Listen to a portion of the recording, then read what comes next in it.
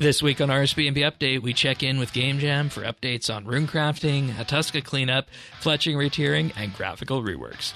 Our group Ironman group keeps kicking with a discussion on prayer and its training methods, as well as with the latest on what we've been doing.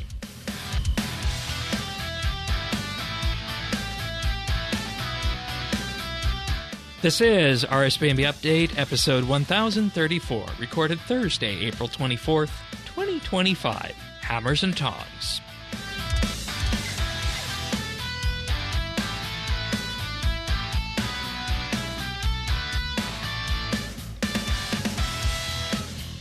Hello, everybody, and welcome back to another episode of RSBANDB Update. This week, a bit of a quiet week on the RuneScape news front. Game jams going on inside Jagex, but we do have with us a good portion of the RSBANDB group, Ironman group. Tanis, welcome. Thank you, Shane. Also, of course, here is a Pernasius. The Pernasius, yep. Everyone's second favorite Australian, as they say. That is me. And, of course, we also have Thaxi as well. Welcome. Shout out Tim. And Tim. The invisible member number 5. He's here in spirit. He's here in spirit doing the episode with us. But actually, been a while. Last time you were on the episode was when User Dones and myself did 110 Runecrafting when I was still barely functional. Yeah. After coming back. Post Rune Fest drizzle. Yeah. We it's been a quiet month since then for me, honestly. We're doing well. Fair enough. But, of course, we would be remiss if we didn't mention our wonderful experienced tier, the Patreon members, for whom without update would not be possible. This week, big, huge thank you goes out to Amos Reed, Dominic R., Drama Free, Harry, Jason S., Jesse W., Kesky, Lemon Lodge, Luminos, Ricky A., Runestar, Sly Oasis, Snail Mage, The Naked Captain, and Tim. Thank you, everybody. You'll hear more about our Patreon offerings in just a little bit, but if you want to follow along, full show notes can be found over at update.show. We also have a Discord over at update.show/Discord and a friends chat that you can hang out with us in-game at BitsBytes. But what we're going to do this week is we're going to have a bit of a look in terms of what the RuneScape dev team has been up to with Game Jam, and then after that, we're going to do a look at how prayer has actually been treating us on the group Ironman front, and then we'll finally give a big holistic update on what the RSBANDB group Ironman group has been up to recently. But of course, let's just start with some group Ironman, or not group Ironman, boy, I'm getting ahead of myself, Game Jam projects. Anybody want to just throw out what they're immediately thinking of as ones that catch your eye? Tuska cleanup. I have such mixed feelings on this one because it's the weird space pig, the gigantic space pig does not necessarily need to be sitting in the Gulf of the Caribbean. That's a good point. And I get where that one's coming from. Yeah. And we're not going to look at the picture that Raman posted of the Wizard's Tower Bridge extended and then just moving it all the way to the south, are we? Yeah.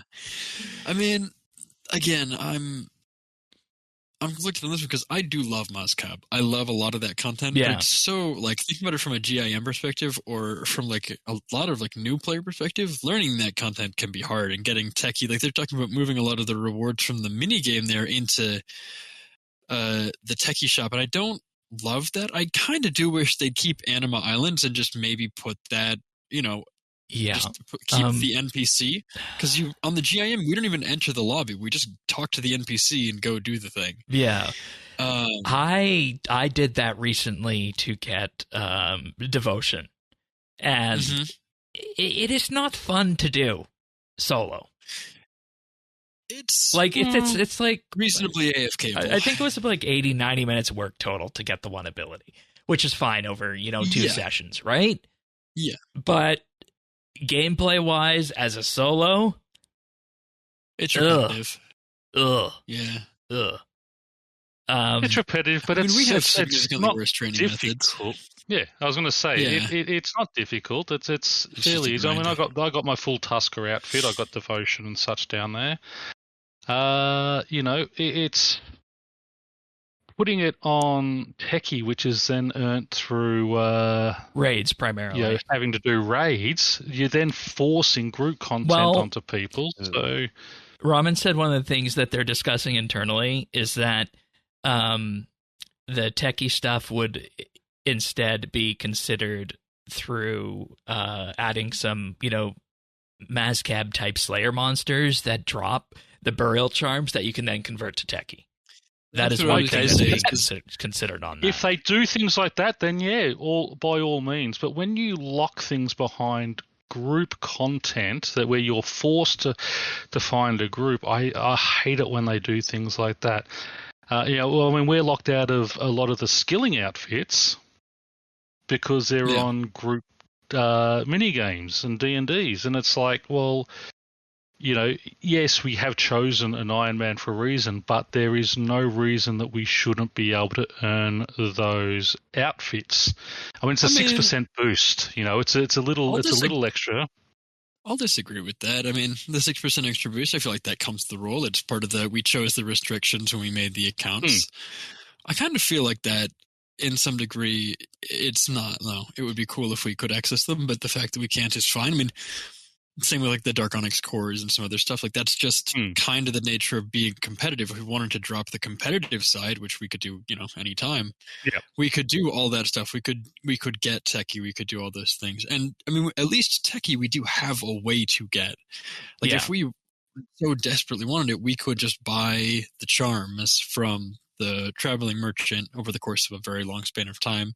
Which is, I mean, I'm sorry, but that's not gameplay. I'm here to play the game, not to sit there and just buy something to get me a thing. I want to earn it in game. There are other things that are being discussed, like moving Tuska's Wrath to a tradable codex that would be placed on Eretz, and the Charger Slayer mob in Mazcab, which would basically be the same Chargers we face in the Beastmaster fight.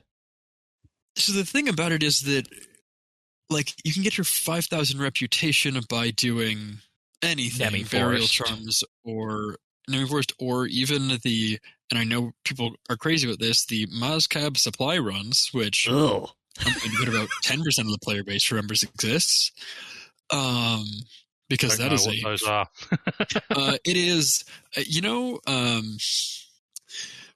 they're the same idea as Wilderness Warbands. It's forced PvP, running supplies between the two villages on Mazcab, and happens once every 12 hours. Okay. It is very dead content. Well, once you said forced PvP, I don't expect you to actually run it to anybody. Yeah, that's why I don't know it. That's why nobody knows it. They're also considering moving Devotion, Sacrifice, and Transfigure to quest rewards, where Devotion would, for example, come from one piercing note. Yes. Mm-hmm. Yes. That's it. I like it. It's different. I mean, you can get those as well. I don't know about Transfigure, but you can get the other two I know from just killing mobs in God Wars 1, right? So that's at least something as well, although given that can be Does anybody use Transfigure? No. Next question. Okay. That's what we need, a big cleanup of some but of the Devotion and Sacrifice, definitely. Well, that's what Sponge is doing. I'll add that actually to our game jam list, that Sponge is working on a bunch of ability cleanup for a lot of the like defensive and oddball abilities. Okay. And I'm excited to see what he did, because his the modernization that he and the other folks worked on for melee abilities was great. Okay, let's go there. Really cool. Let's go there next. I just want to, before we do that, I want to know, is there anything else in terms of the Anima Island stuff that we want to get off our chest? I feel like I've said that, I don't like that as a piece of content. I'm okay with the idea of Charger Slayer mobs that would drop the burial charms for techie, and the quest and Erit suggestion for the abilities. I think that's fine. Knowing that it's not just going to be locked behind the raids, I don't mind it. But I mean, as I said, I mean, when I first my first week, I think I did the Anima Islands runs and just got, just to get a set low of levels, it's decent already armor. decent XP actually. Yeah. Okay. So you're mentioning also Mod Sponge in terms of just general cleanups around combat and defensive abilities. This includes broad combat stuffs, including shields, defense book, the basic attacks, removing or improving garbage abilities. So if there's any ideas, send him along to see what he can do about them. Yeah. I have an idea. But go ahead. Go on. Okay. This isn't necessarily going to be something that is looked upon fondly by the combat community. But if general community if you have, it's an accessibility improvement, Tanis. If you have a shield in your inventory and you use a defensive ability, have it temporarily equip that shield. That would be nice. Is that a problem? Oh, just like remove switching from the game and just... Well, it's a way to make defensive easier to use if you're not using bone shield, right? Yeah. That's I like that idea. But I don't know if that's necessarily in the scope of this. But I think it's likely not. Interesting suggestion, though. I know. What does he mean by basic attacks? Does that mean like improving the magic ranged and melee basic attacks to be on par with the necromancy one? Or I mean, I don't know about on par, because that would make a lot of their basic abilities less useful, although that might be also something he's looking at. But currently they do something like 40 or 50% the damage of most, like the average basic like ability damage in most cases. But also, like, if you're using a two-handed weapon, they hit for more than, like, basic attacks don't make a lot of sense and are a system that is really confusing and not laid out well, and they're bad just pretty much across the board. They're not worth using, so nobody cares to learn that system unless you can sneak one in for free after another ability. It's kind of a leftover from that, initial post EOC era where you get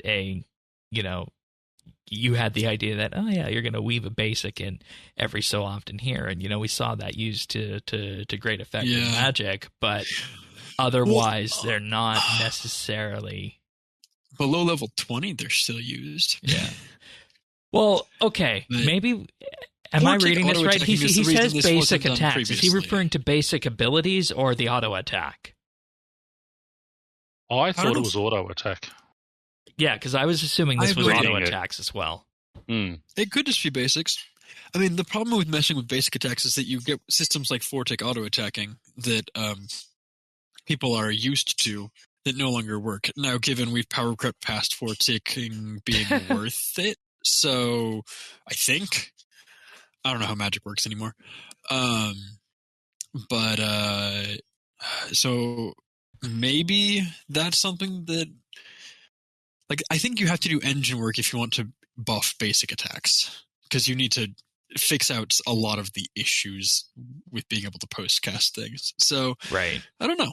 Yeah. Okay. I don't know how that works. But the defense book, on the other hand, I mean, what is it? It's Resonance, Devotion, which we were just talking about, Reflect,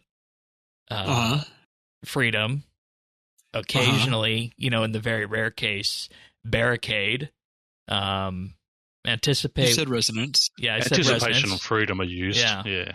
That's the bulk of them, right? That we use in the defensive So rotations, the ones that we don't use as much are things like Immort, which is really specific to, like, immuning specific non-hard insta-kills. Yeah.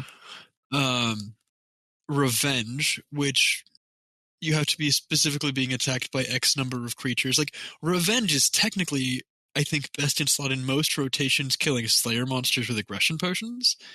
But people don't want to sweaty swap on and off shields like that every 20 seconds. So, But Revenge is one of those that like is already very powerful. It's just a little sweaty to use in the situations. So where they're you basically would use niche it. then, outside of the ones that everybody loves to use. So, I mean, Preparation is the only one I can think of that's like I just don't see cast because it's not worth the GCD. So I'm that thinking lowers the back cooldown to of our Fletching, but- back to our defensives, micro lesson that we did all those years ago, and I feel like the bulk of it was that discussion around debilitate, resonance, freedom, anticipation, and then working in things like devotion and whatnot where it makes sense, and maybe a barricade in very specific circumstances. Reflect as well, I think, is another one of those. Like, right. I've had to use Reflect a lot on the GIM without having access to Darkness and Amulet of Souls and like a lot of our damage reduction tools. I've been using Reflect a lot, and Bone Shield has made that much easier, frankly. Just looking at the list here. Shield Bash is one that never gets used. No, that's a funny one. Never seen anybody use Bash. What about this Natural Instinct? That's the World Wakes one. Yeah. Yeah, but does it get used?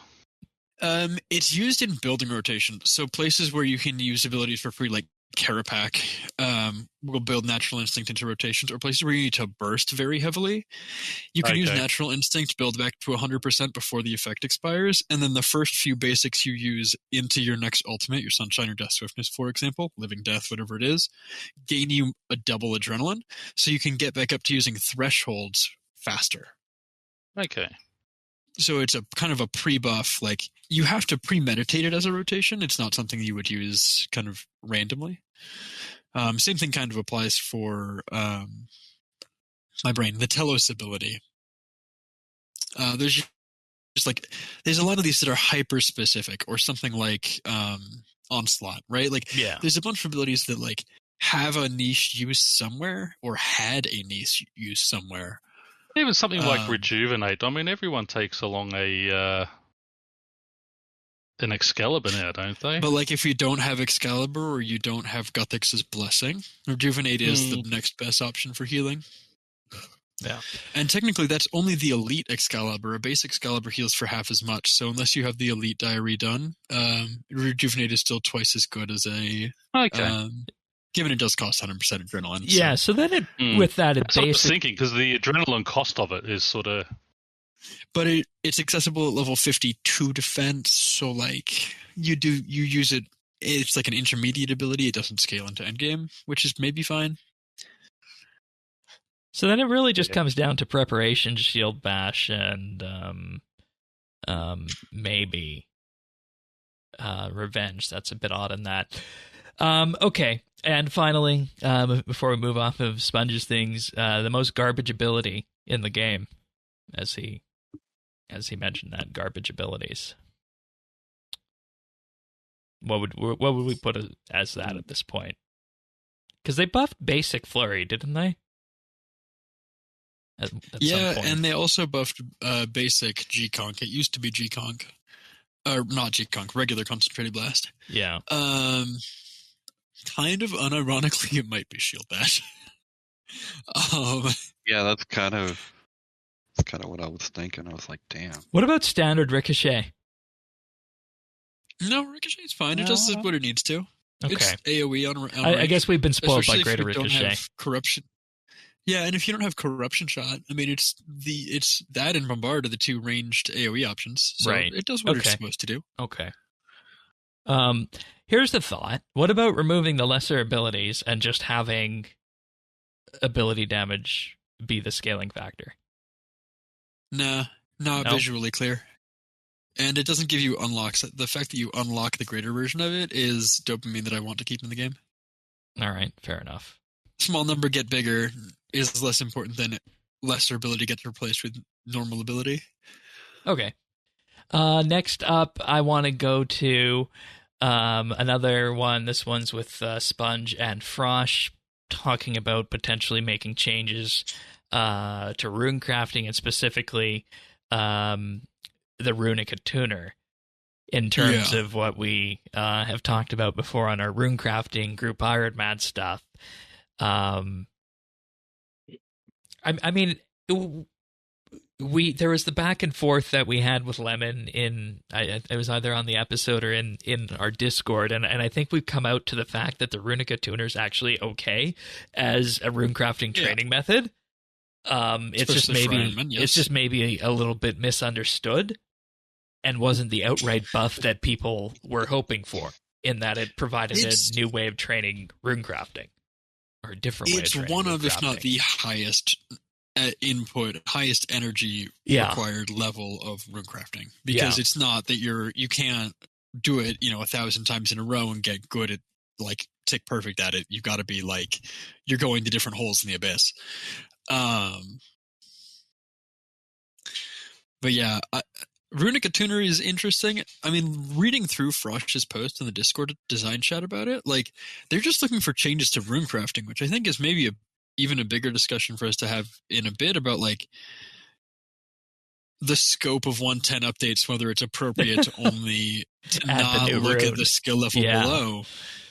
I mean, it's appropriate to increase and add things, but is it like, we'll get there when we talk about breezies. I mean, for runecrafting, right? Like, the things that they're talking about, like, should XP buffs be moved out of the abyss to elsewhere? Do we have any issues with the demonic skull? Like, stuff like that, I think people do have issues with, because it's why is the runecrafting the one random PvP skill in the game as it currently exists? Like, that's weird, frankly.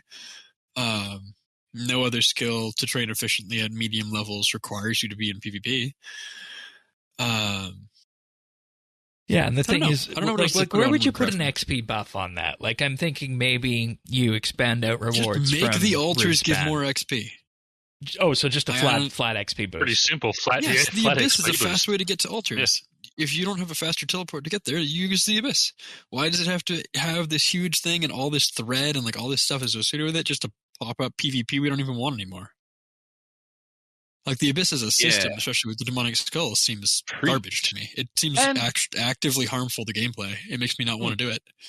Yeah, I mean, I do it, and I do it with the demonic. It's the only time I ever do too have the PvP, because that the extra XP, and you're supposed to be getting. I thought with the demonic skull you're supposed to get extra thread with it.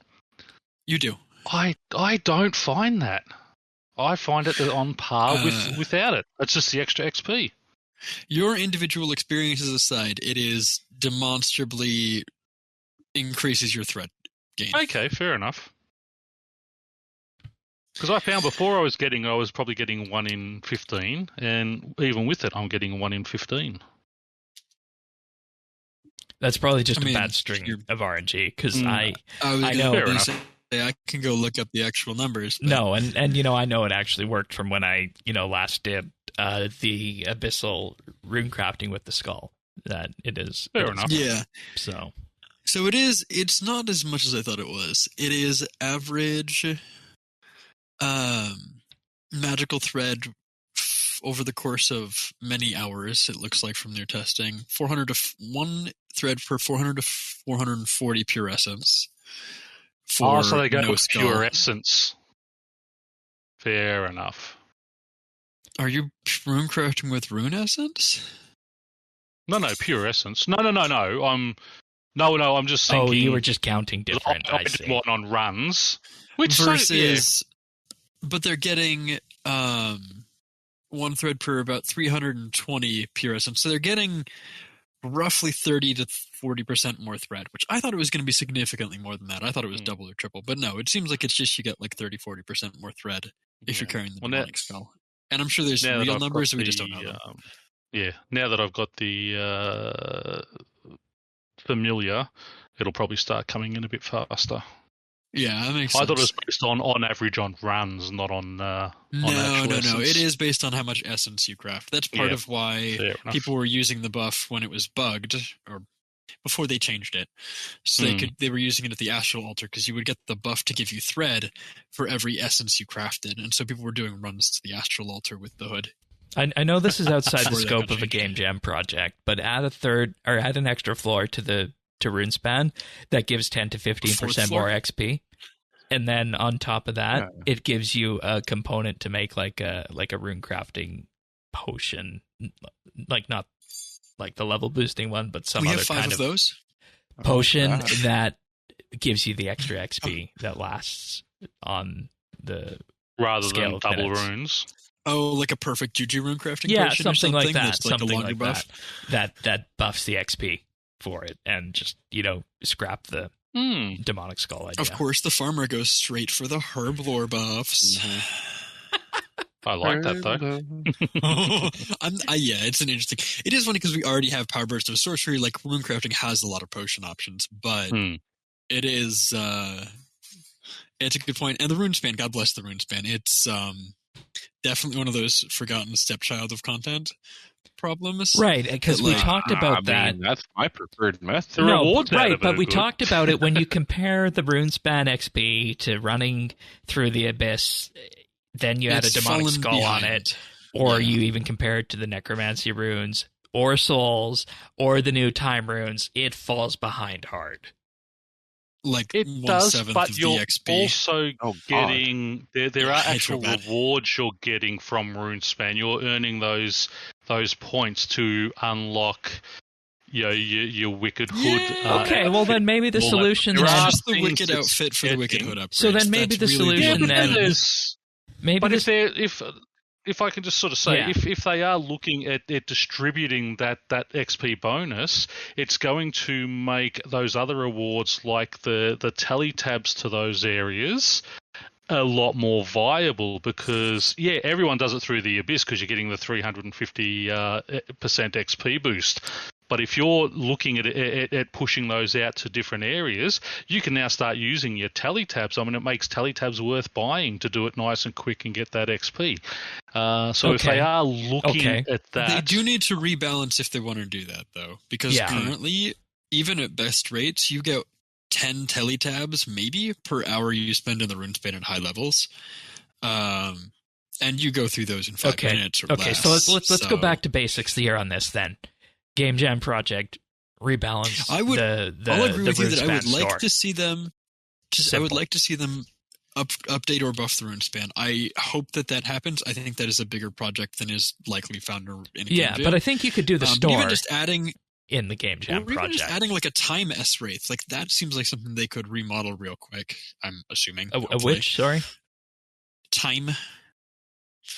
Wraith, one of the A time wraith and a time node. Oh, I Just see. like- Okay.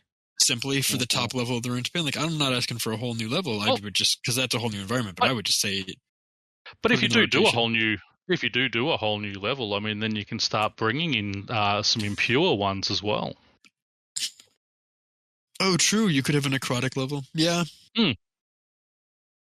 As an So alternative. as well. that brings in your new time runes and new that type But of again- stuff. It'll be interesting to see what they do. I think we all do agree that, I mean, Runespan does need something to Right, and you shouldn't need Yeah. to use the PvP option to get the best XP rate in a skill method. And thread shouldn't just be tied to what it's tied to currently, because thread is a problem. I mean, again, yeah, like thinking from like an Ironman perspective, thread is just a problem. But big problem. Yeah, they don't even mention the Runespan in here. They literally talk only about the demonic skull, the abyss, and the runic attuner. Yeah. And so I expect some changes there, and we'll see what happens. But I think that ties kind of into the next thing we wanted to talk about, which is, or one of the things we want to talk about, which is Breezy and Stu's update to Oh God, yes. woodcutting fletching, because it brings a question of like when you update a skill to 110, how much? Because it seems like the same thing happened with mining and smithing, right? Where they updated mining and smithing, and then they went back and added changes they implemented to that to lower tiered gear. And I'm wondering, and they're doing the same thing now with woodcutting, where we kind of knew that like woodcutting and fletching, these changes are likely going to be something that is backported, but it's not there on release because it's out of scope for the 110 update, which is fair. But then it also just becomes like, okay, well, we're putting this off because we know it needs to be and should be done to make the game feel modern and play modern. Like, should 110 Runecrafting have come with let's say like a content pass of some kind like this for other Well, runecrafting methods. you know what? I think should BC need to be spending time because God bless the man for doing it on Game Jam time. The awesome. issue so is excited it needs to happen. Is that how the 110 updates are being scoped? Is they're being scoped as a singular content update? So doing the retiering on that is effectively another content update. Well, I understand why why they didn't do it, right? Like I understand why it still took 85 fletching to fletch a magic shortbow, even though you can cut those logs at level, 70 or whatever. Or U is probably a better example where you can cut them earlier. But like, my argument should be that the scope, I understand that the reason they didn't do it is because of the scope. And my feeling is that they should just widen the scope for those updates. I think if they're doing a content pass and upgrade, I would rather have them make it one full clean system and not make it effectively a different skill at level 99. Because a lot of the 110 skills, like fletching training, not at all the same when you hit 99. Runecrafting training, absolutely especially not. if you're imbuing, completely different when you hit level 99. It's same with like mining, like primal wars, nothing like what you were doing beforehand. I mean, you're still mining, I guess. That at least is the same. But a lot of these systems they're putting in that are frankly better or alternative training methods really would be nice if they could port them earlier. Yeah, that's the argument. So as a recap, it bothers me they're not. The retier that Stu putting it off and doing it later first posted last November would see obviously our basic short bow at level 1, oak 10, willow 20, teak 30, maple 40. With that, then acacia 50, mahogany 60, yew 70. And then 80 would be magic. Then at 85, you have your magic shield bow. 90 would be elder. And then you go up to the eternal one that we got there. And, when you look at it, I feel like as our, if we had this in game and we were starting group Ironman again, fresh, I know that one of the most agonizing things we looked for was, what are our ranged weapons as we level up, guys? And, we had chins and we had salamanders, and that was basically it. We couldn't make any of these bows or arrows. Arrows are the same thing. Arrows are the same problem where you can't make a rune arrow requires 75 fletching to make and 50, and is a tier 50 ammo, so it's just not useful. Yeah. So, retiering, I think we're all on board for. This is probably the one I want the most of. And the question is, and at that point, is what kind of update would be needed? And I just want to get your guys' opinion on this. What kind of update would be needed to bring that post-99 skill training method down? And should they do that? Because I know you were mentioning, Thaxi, that it feels very different. So do you think they should bring that to the other skills like we have in smithing? I kind of want them to, if I'm being honest. Right, because then that would give you things to level up as you go with runecrafting as well. The counterpoint to that, of course, is that, like, smithing has salvage. Invention is the problem child. Believe it or not, we're back here again.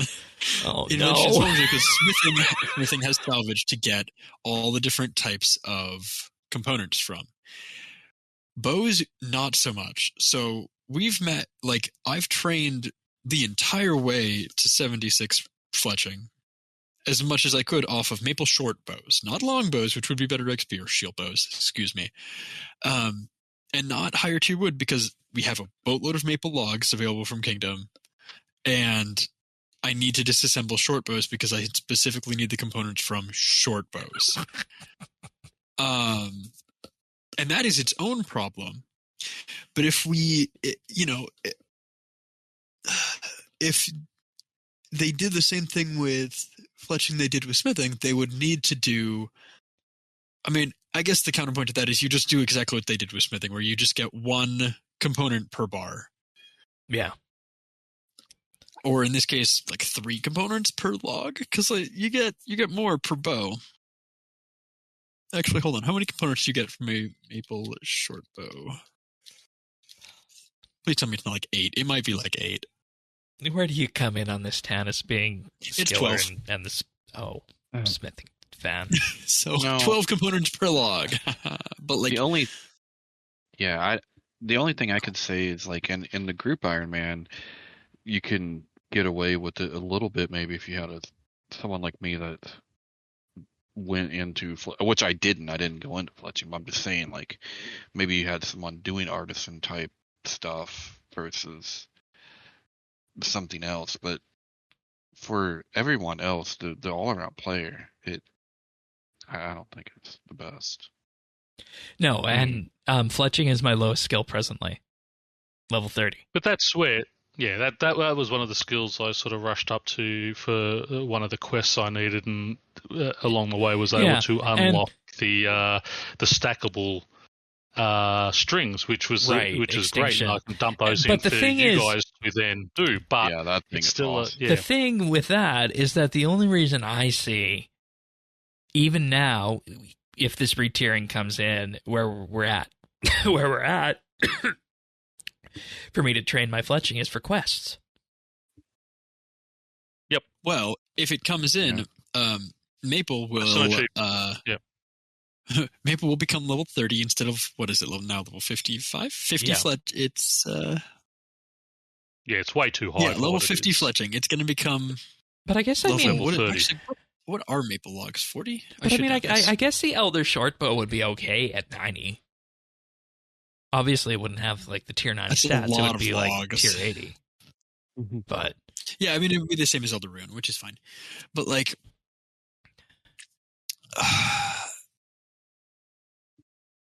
yeah, Maple's a level 40, so Maple drops by 10 levels, and presumably a proportionate amount of XP. They won't give 100 XP per craft and string anymore. So that kind of kills somewhat our fletching method a little bit. But we'll see again. Part of that is just Kingdom giving only Maple logs. Yeah, but the thing is then you need to look at this from what this looks like as the skill is that you have a mess, if I'm being honest. If this comes in currently, yes. Yeah, this comes in, this cleans up fletching, but then crafting is still a mess in terms of the armors and whatnot that are there. It's not. Oh, when did they retier that? Forever ago. Not yet. I don't actually know. Okay. Isn't crafting being retiered? They haven't actually done it yet? No. You're right. It's done. If you want to make tier 40 armor, you need 40 crafting. If you want to make tier 65 armor, you need 65 crafting. Every single piece of the tier 65 ranged armor is 65 crafting. But the 98, I need 98 to make the tier 80 Ganodermic. That's a Ganodermic problem. Which I think was a project. Magic armors have not been addressed yet, so magic armors are being addressed with crafting. Yeah, that's true. Yeah, and I thought that was on the table for that, but it is, yeah.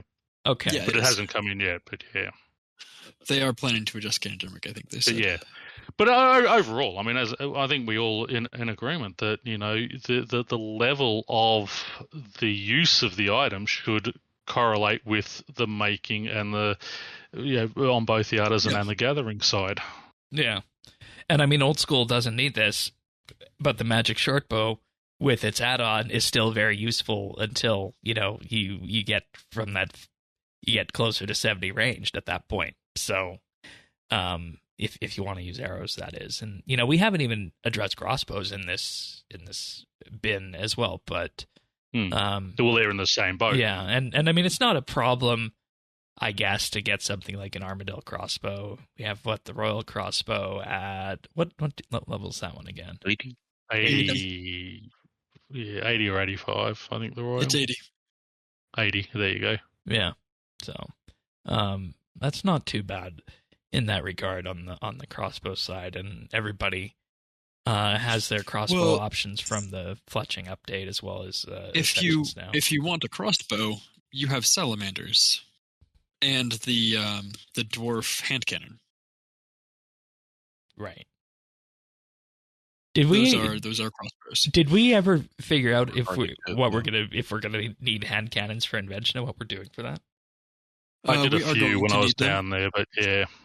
And we're going to get We're going to get hundreds of them because the Dragon Pickaxe is so many tiers of rarity higher than the hand cannon is, so that won't be an issue. Do we need the? I mean, this is one thing I was looking at. Dragon I mean, Pickaxe? yeah, it's the Dragon Pickaxe. Now, do we need with now that we do have the tier 90 regular ones? I mean, yes, It would be nice to have an augmentable pickaxe to. Yeah, the augments are nice, but they're not. They're not the be all and end all, if you know what I mean. Just for the sake of gaining invention experience, if nothing else, being able to gain invention experience while you're tree mining. I actually don't care about the perks as much. The 6% extra gather speed is a lovely perk, but not required. Okay. I will probably spend some time down there at some point hunting for it, and will gain. I mean, at the same time, right? That's just going to be a simultaneous adventure. And also, let us not forget that we have an invention update coming next month in May. Yeah, well, I don't want to say update. We're getting an invention expansion again. Didn't know that. Little guy. Yeah, that was in RuneScape Ahead. What is it? It's runecrafting, and what else is getting augmented tools? Runecrafting and thieving. Oh, Yeah. sorry, yes. You mean how Sorry, I do remember that. Yep. Yes. They're going to, apparently. As well as new components for mining and archaeology. To make skilling perks for those skills, rather. Oh, okay. Yeah. Cool. So that'll be other ways to train invention. But we also did want to mention the Mod Blackwitch project that's in here as well. The cleanup of the Overland world around Melzar's Maze, making Melzar's Maze actually a dungeon there. Just, cleaning up the area and making it look a lot nicer for that. And I'll say as well that all the usual caveats apply, that everything we talked about in this Game Jam section are prototypes that the devs have chosen to share. We don't know if any of them will come into the game. And if you actually look, they have concept art for what the Melzar's Maze entrance would look like there, and it completely changes the environment around it, and it just looks so much more rich. And I want to say it fits into the natural flow of the environment better based on what we have. So much of the free-to-play areas are overcrowded, and things we can do to kind of clean that up, definitely approved. I like it. I will also say everything that the environment team has been doing since they brought on Mod Blackwitch and Alex and kind of started doing their updates, I have been more and more impressed every time they release something, and I look forward to it. Yeah, they have my trust. They have a really cohesive feel of how the game world is, and it's got a distinct design behind it that they stick to for everything, and it feels really good. But the cohesion is good. The updates look good. They seem a little more modern-y, nice and smooth and RuneScape-y, low high poly, all that fun. And visually appealing. And I have generally liked it. So we'll see. All right, Patreon supporters, thank you so much. Your support allows us to do RSBANDB update each and every week. So this week, that is Alvaro L., Amos Reed, Arvid Zell, Brayden K., Chilbura, Dominic R., Drama Free, Duramax, Gila Fleur, Harry, Jade Gizmo, Jason S., Jesse W., Kesky, Lemon Lodge, Luminos, Mongrath, Pernasius, Ricky A., Robbie D., Runestar, Samuel F.L., Scott D.S., Shirt Pants, Sly Oasis, Snail Mage, The Naked Captain, The Dabbing Goat, Tim, Ukulele Steve, Woody, Zant, and Zazakon. Big, huge thank you, everybody out there. Really means the world to us. Lets us do what we do here each and every week. I know I say that, but it's true. We wouldn't be, doing half the things we do if it wasn't for you guys. So pat yourself on the back. Big, huge thank you goes out. And if you want to join them, you can join at patreon.com/RSBANDB for as little as $1 a month. And there, we have 3 tiers of support. That first $1 tier gets you a mention in our show notes, gets you access to the entire back catalog of monthly bits and the ability to vote on our monthly bit topics. One of those polls is actually up right now. I'll give a bit of a preview as to what the options are for the people who aren't Patreon members, but we're going to be presenting an option to discuss either a construction POH update, necromancy combat optimizations. That one was carried forward from last month, and the idea of providing a lore summary, a lore digger summary of the Third Age storyline. So those are the three options that are on the table for this one, and I have a feeling of which one is going to win, but I'm not going to say that because I don't want to influence anybody here. So go and vote. Go and vote, and it'll be a fair and honest vote. I know, I heard that chuckle, Pern. I didn't say anything. Construction.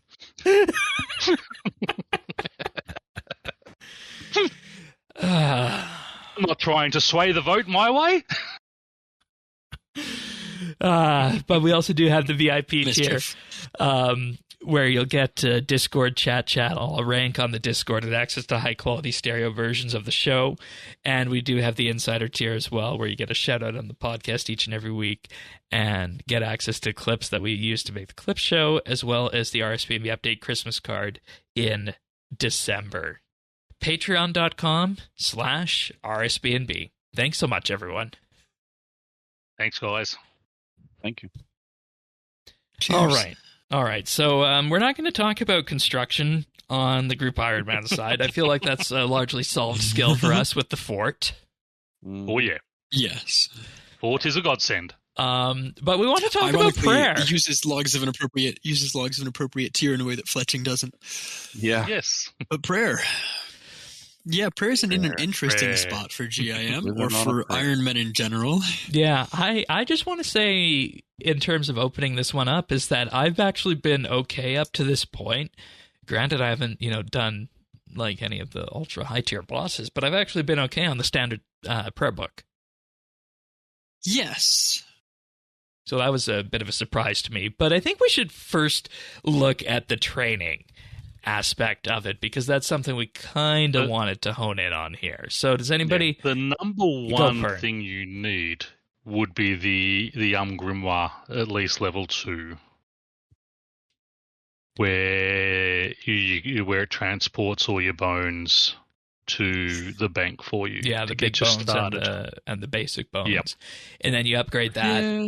and it transports your dragon bones to Yes. to the storage with that. And with the removal of PvP, obviously Chaos Altar with its 350% XP is the best place to train. So even from low levels, I mean, you are going to get pretty decent XP. It's going to move up. Because it's on Nexus par with the isn't Gilded Altar. bad. Yes, it gives the same experience Yes. as Gilded Altar, and there's a banker right around the back of the temple who you can bank with, and then directly next to the altar, if you have the hard wilderness diary dome, which is not terribly. I think the highest skill requirement for it is That's actually not that 65 bad. hunter. It's the Mm. warband that's the worst. Yeah, it's the warbands are only on the elite, thankfully. So okay. yeah, you And can you get have to the run in hard there. diary at relatively low levels, and that allows you to unnote bonus directly at the altar, and with the removal, obviously, of PvP and most of the wilderness. Yeah. It the also jump scares, requires let's say. people doing my least Flash favorite events. quest in the game. One small favor. No, the two Spirit of Summer ones. Oh no! They're fast, at least. Anyways, Wait, is that one with Corp? Yeah, Yeah, it's yeah, fine. it is. It's fine. Oh no! But It's not quite as fun. It's that's what. we'll deal. See, it's interesting we go to the Chaos Altar first for this, because I was under the impression when we started this off that we'd be doing this in the fort, and one of us would need to, provide the others with the equipment to build an altar. But then, I was told by you guys that, oh no, we can just, run north of the fort and actually use the Chaos Altar for free. So that was Yeah. neat. And then you, Thaxi, went on your God Wars 2 push and found the source of dragon bones in copious amounts. Well, that was we'll say that one was crowdsourced. That was not a Taxi original. Oh, okay. But yeah. Thank you, content creators at large. I think while we're on methods very briefly, I think it is worth mentioning burial powder, which we now have the levels to get, gives the same XP bonus as the Chaos Altar and POH altars and similar. And also we have POH altars as well. So if anybody really wanted to, they could. But the great thing about the powder, you just pop it, you just pull out a stand preset, at the bank and then just hammer down the button. And you can keybind burying bones for up to half an hour per powder. So that is going to be the most efficient way to train for, at least for our group, for getting folks up to 75, which is awesome. Yeah. Then that's easy and does not require questing. No, and then with that, in terms of methods, you two who are already in Prif, tell us about the cleansing stones and how that's actually come into play. Because I know I never used those on my main. Which is crazy to me. Yeah, that's nuts. The cleansing stones are, if you do it only on the Voice of Seren hour for the Hefen, you get it goes down, especially if you do the Ectofundus to get the outfit and you use one of the like Greater Salvation, Corruption, or Harmony auras, you get like close to 30% bonus experience off of it, and the price of it goes down to like 8 GP and change per XP. And given that I can earn on average, 3-4 mil an hour of raw gold from Arc Glacier, gold is not a problem, and so just trading in gold for cleansing stones is fast XP per hour. Yeah, that surprised me when you mentioned you were using that as a training method. Yeah. Well, you think it takes 40 minutes of killing our Glacier, 20 minutes of, alking the loot. I end up with like 2.5 mil, give or take. At 8 GP per XP, that's 300,000 per XP for an hour of prep work. And then, what is that? That's 30? Nope. 20 cleansing stones. So that's 40 minutes of actually cleansing the things. Did any of you use the Nexus? So 200 KXP per hour. Not this I did early. I did a little bit early. I actually didn't end up finishing it because I was like, ooh, we could use this as a group later, because if you can kind of cheese it a little bit based on like when you get and when you bury the bones it gives you, if you are able to have multiple people doing it at once. To get like 10 prayer levels at once, but at our levels and with powders and everything, it's just not worth it anymore, unfortunately. Yeah, so that would have been an option. It would have been really efficient day 40. 1. Yeah. For that, but and it's interesting looking at this, because I feel like with everything we have resource wise, Pern, you have the hard task done, which lets you go and harvest dragon bones if we wanted that for anybody who wanted to use the altar. For that. I was chasing those mainly when we were doing our dragon egg hunting. That the diary was an important piece for me, quality because of life tool. Exactly, it just made it so much easier. Bang, slap on the Premier 50% Porter XP. It banked a lot of my dragon hides, and the good thing there is you could drop the dragon hides, pick them back up, and quite often it would pull them all back. So probably 80% of my dragon hides got banked as well during the hour a day I was doing down there with that. So that's mainly how I was training with all my dragon bones. From 87 onwards, I started using the Seren stones as well. I wasn't sort of making as much money as Thaxi was, but still, it was. I didn't realize how cheap it actually was. Yeah, and like I said, that was a big surprise that prayer was actually going to be one of the solved skills for us, which I don't think. I don't know. Did any of you anticipate that going in? Yeah. 92 was always an aim for me for Soul Split. Yeah. So I got to 90, and then with the rest of the dragon bones I had, and I'd made some burials of powder. I just sat there Yeah, you'd hold your finger down. As you said, you put bones on number one, hold your finger down on it, right-click the bank, load last preset as it got to the last one, and it was just a continuous thing. And those last 2 levels, which I thought would take a long time, just flew by. Yeah. So... And we're not short, and we're not short on bones from Vindicta to farming the dragons with the grimoire to Carapac. We have no shortage of bones if we need or want them, which is a very interesting place. Vindicta's a little crazy because she drops 200 bones at a time, dragon bones on average, 150 to 250.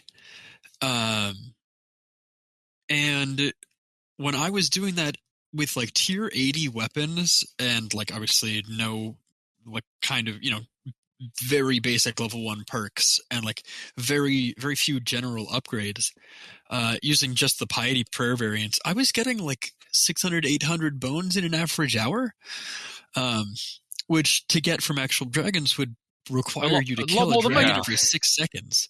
Yeah. So it's a lot more work. It's a lot more work to kill Vindicta, obviously, than to kill regular dragons, but you also get all the other Vindicta loot. And so that was a little bit kind of a crazy thing that like bossing is just, the best way to get bones and do things before. And if you look at the XP per hour on bones you get from that versus gold you get from killing our Glacier, it is still faster to do cleansing stones. Like cleansing stones are unironically the fastest way to train prayer, like a from scratch per hour. Yeah, and at least for me, for my account. Right, and if I remember when we got Prif back in 2014, they intended that to be the prayer training method for the rich. Yeah, which that was the rich was back then. $150K. And now we're able to do it on GIM. Yeah. Yeah. Well, the other thing to consider as an Ironman is that what are we spending our money on? Because we're not buying gear, we're not buying food or other supplies, we're not buying like fletching levels, we're not buying, magic logs to train with or anything. The only things that we can spend money on realistically are summoning and prayer. Like, there's very few other things that take a lot of money. There's some things like, yes, we're buying out the Thalman shop or the traveling merchant and things that like will take a certain amount of money to get to your account where you want it to be, but like at some point, you just have nothing else to do with gold. Even construction now. Once with the fort, we don't have to buy buy planks anymore because we make our own planks. That used to be one of the big things, but yeah, not anymore. So it's. I think that's one of the things I really enjoy over how they do it in old school, and I would love for in old school there to be player made planks, but I feel like there'd be a riot if they even tried to pull that. That's true. I mean, given it is like if we wanted to just train construction, it is technically faster to convert logs into planks with gold. So if we're genuinely like we've got several 100 million gold and we have no idea what to do with it in the future, like it is technically faster to do that and run them. Right, you gotta. I mean, no. So the gentleman that runs the in the fort, the gentleman that runs Bob, I think it is. No, what's his name? Bill. Bill's a sawmill. So you just right click him. You can right click sawmill planks, and you just have him make your planks. You can keep onto that, and then you load last preset on the bank chest right next to him. It's like 2 steps. Okay. You can make planks real fast. Yeah, and then you just deal with your usual butler stuff. Then, well, no, then you still have to like chop those up into like the fort is still probably the most efficient way for us to train. So we're still chopping those into refined planks and frames, but you don't have to do that first step of making logs into planks yourself. Again, it's very expensive. Yeah, we currently still don't have the money for this. That's a bit of a sidetrack from our prayer discussion. Anything else on prayer methods? No, I mean Vindicta dropping too many bones is just funny. Also worth mentioning, Carapac drops significantly less bones, but significantly more often. Carapac drops the Dragonkin bones 20 to 50 at a time as a 1 in 4 when you kill him on normal mode. And so like I did, I think 50 kills or so to get all the anima I needed to overcharge my ring, and I think I got like 600, 700 Dragonkin bones from that, which is enough to both get all the souls I need for I got to get to care if I wanna- pack. I got to get to care pack if I for don't more have mementos. reasons. More reasons than that. But He also drops a lot of dragon hides, which is, to go back to the crafting point, yeah. But again, it's high effort for rewards versus like gathering the rewards yourself from the intended method. And our accounts are able to get into that with the crafted necromancy gear and, like you said, basic perks. And, that brings to the point where I haven't, in my early beginner combat stuff, PVM stuff I've done, I haven't felt the need to, be on the ancient curses yet, or to have soul split yet. I will eventually. How are you guys feeling about that in terms of the split between the standard spellbook and the ancient spellbook? Those mainly Thaxi and you, Pern. Yeah, for me, I unlocked Ancient Curses a couple of months ago and could never turn them on and just could not work out why. It didn't really bother me too much, but now that I'm sort of getting into those higher level things, I want my soul split. So last night I was going, okay, what the hell is going on here? And realised I hadn't gone and prayed at the altar to get my prayer book to read, my ancient hymnal to unlock them. So I've really only had it for a day. Soul split but you had the quest done for months. I unlocked it 2 or 3 months ago, but yeah, but it's just so. It hasn't really been that much because it's not until really soul split. I mean, the other prayers are fine for the levels that I was at. It's not until now that I'm getting into those higher levels that I find I need soul split. I mean, it'll be interesting to see how I go with Raziel now. Now that I have soul split, or I can use deflect necromancy. Those type of things, because I tried 2 or 3 times to kill him. I could only get him sort of halfway down before I was out of food. So, they're not really necessary until higher levels. The normal prayer book is more than adequate in my experience. So it's interesting because, and I've said this before, the necromancy ghost conjure is so powerful. That ghost alone at any given level heals close to as much as you'd get from Soul Split with a good rotation. And so, like you're saying, Shane, like I didn't feel the need for Soul Split until I got into like very kind of higher tier PVM, or like Slayer, because a lot of the Slayer mobs actually hit really hard. Yeah, and Ghost plus Soul Split basically lets you AFK pretty much anything. Well, Ghost, Slayer-wise at least. I don't think that's true at all, actually. Okay. I think Ghost plus Protection prayers, in places where you take a lot of damage, is actually more mitigation. You trust the Ghost to keep you healthy, because Soul Split, you have to really be out-damaging your target, and that requires, 1, a defense level I don't have, and 2, like armors I haven't gotten yet.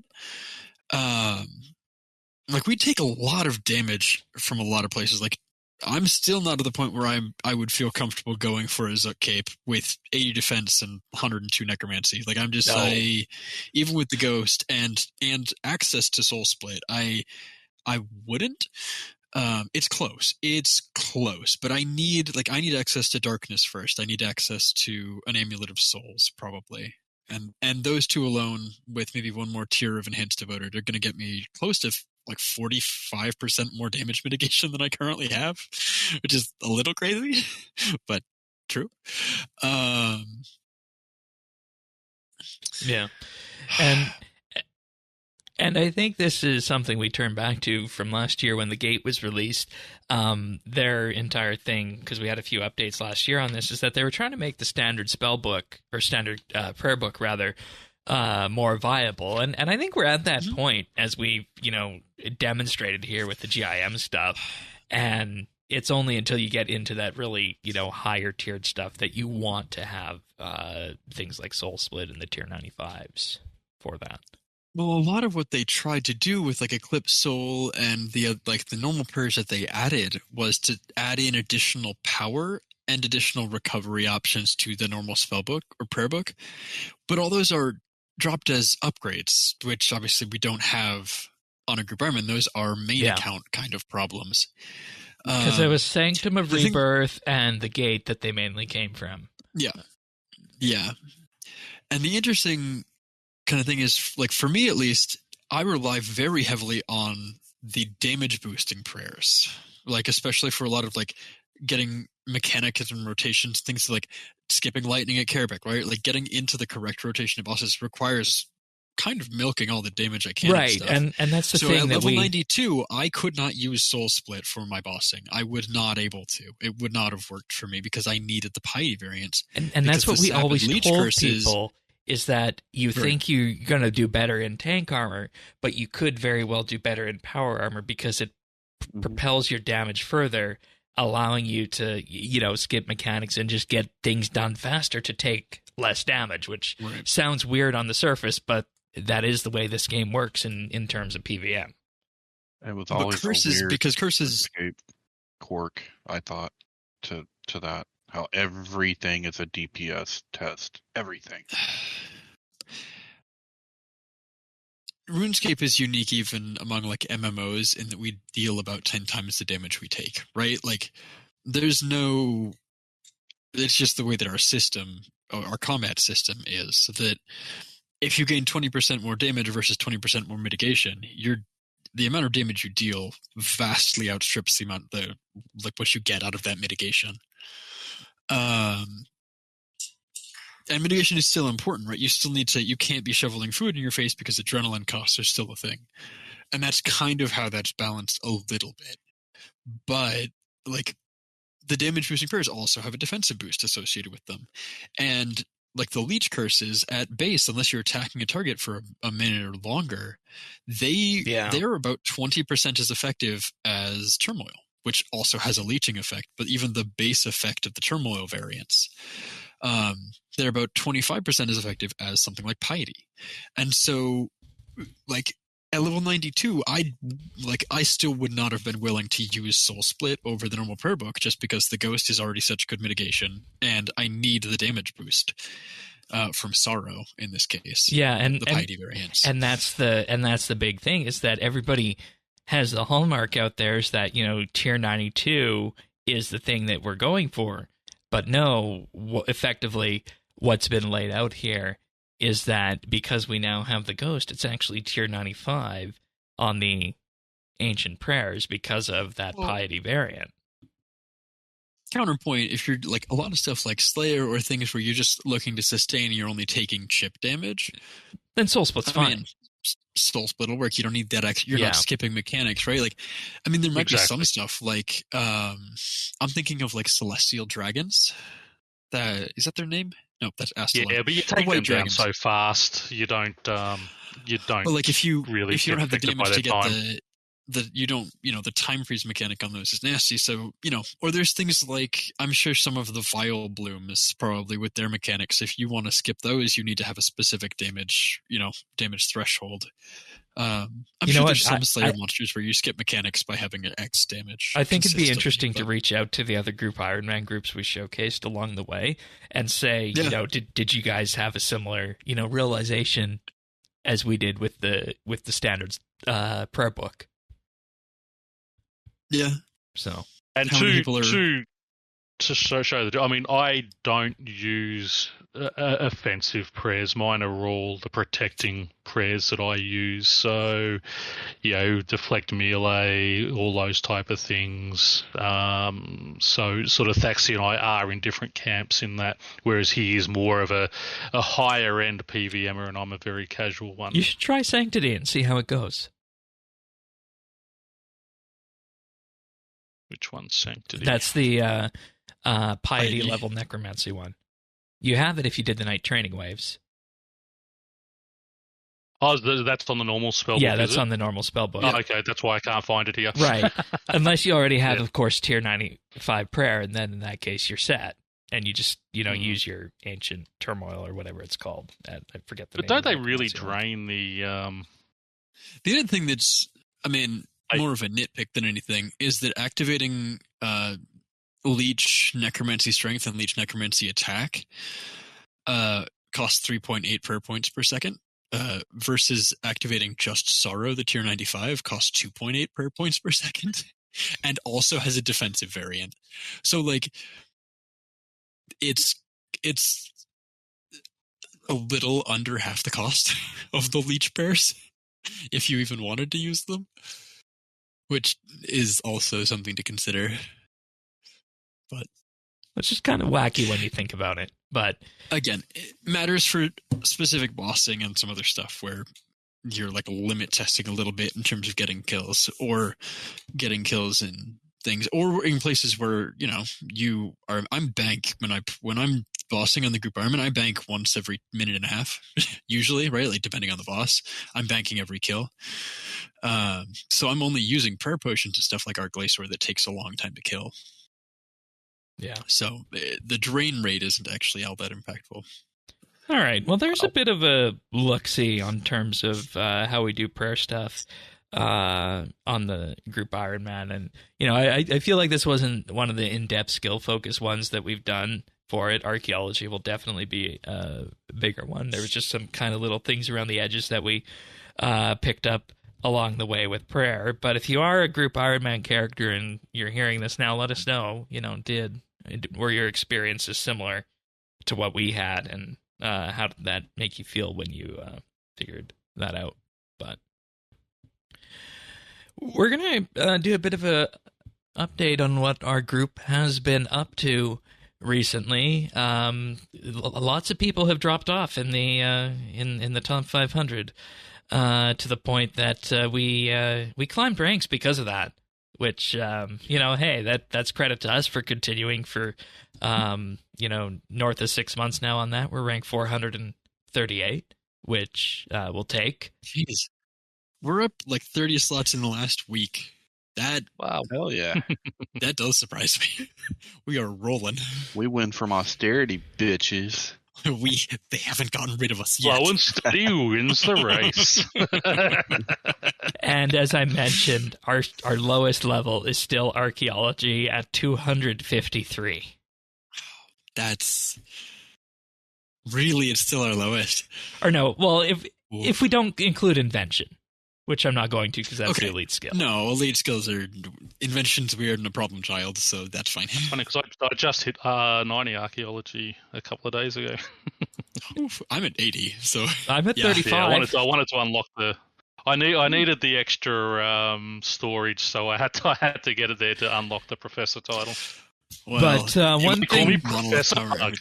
one thing we have leaned into since last time is that we have started doing group dungeoneering runs, which have actually been very, very successful, to the point that last time we did that, I gained 10 levels in one evening, went from 54 to 64. I don't know what you got, Tanis, in that last venture. It was about 10, yeah. I think we got Tanis close to 20, like 15, 16, something like that, at least. Yeah, it might have been more. Yeah, because I was I think at like 41. And yeah. You're in the high 50s. I went from 81 to 84, so. And the craziest thing about dungeoneering training is that that level of like growth will continue because you get more XP from those early floors now that you've reset with higher prestige. So the next time we run through, you'll continue. You might not get 14 levels, but you'll still get like 10 the next time we do it. Like it is.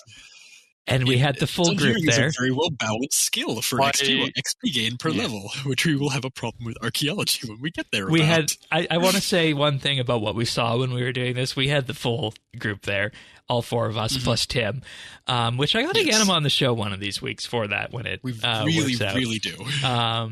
But we ran into this guy, and he puts his message in chat with a sad face. I wish my group was still active and would do dungeoneering with me, sad face. Yeah, the sad competitive group Ironman is like at the bank at dungeoneering, just seeing us grouping up, and he's like, oh. I feel bad for I need to throw out an apology to all the people who love dungeoneering out there. I still think it's a maxi mini game, but it is vastly better doing it with a group of friends, you know. You can jump on chat, talk about things. You go here, I need you down here, what's your skill level, to be able to do those type of things. Much more fun. And the thing that I benefit from with that is that for the puzzles I absolutely don't want to do, specifically the ferret ones, I have people who I can pawn that off to. As well as the fishing one, too. Shout out Tim on this specifically. He used to be a Dungeoneering keyer. Didn't realize it. Yeah, that man keyed floors for several billion experience. So what did he say? He did like 200 mil 10 times? I think he said he did about 2 bill experience worth of Dungeoneering keying. Yeah. So like he's a good one to have around. In addition for, everything else, but I think he was in there having a decent time, putting up with our, we were not doing the efficient, running 12 minute large or refund leeches. We were, part of the challenge is that we are at all the different levels, right? So it's not like of course, we're all able to open every door. Oh, we got a door here that needs 95 wood cutting. Say again? I said there was a case where we got the door that needs 95 wood cutting, which is only Pern plus a potion. Yeah. Which again, yeah. Anyways. A lot of those 102 farming doors. Shane, get down here.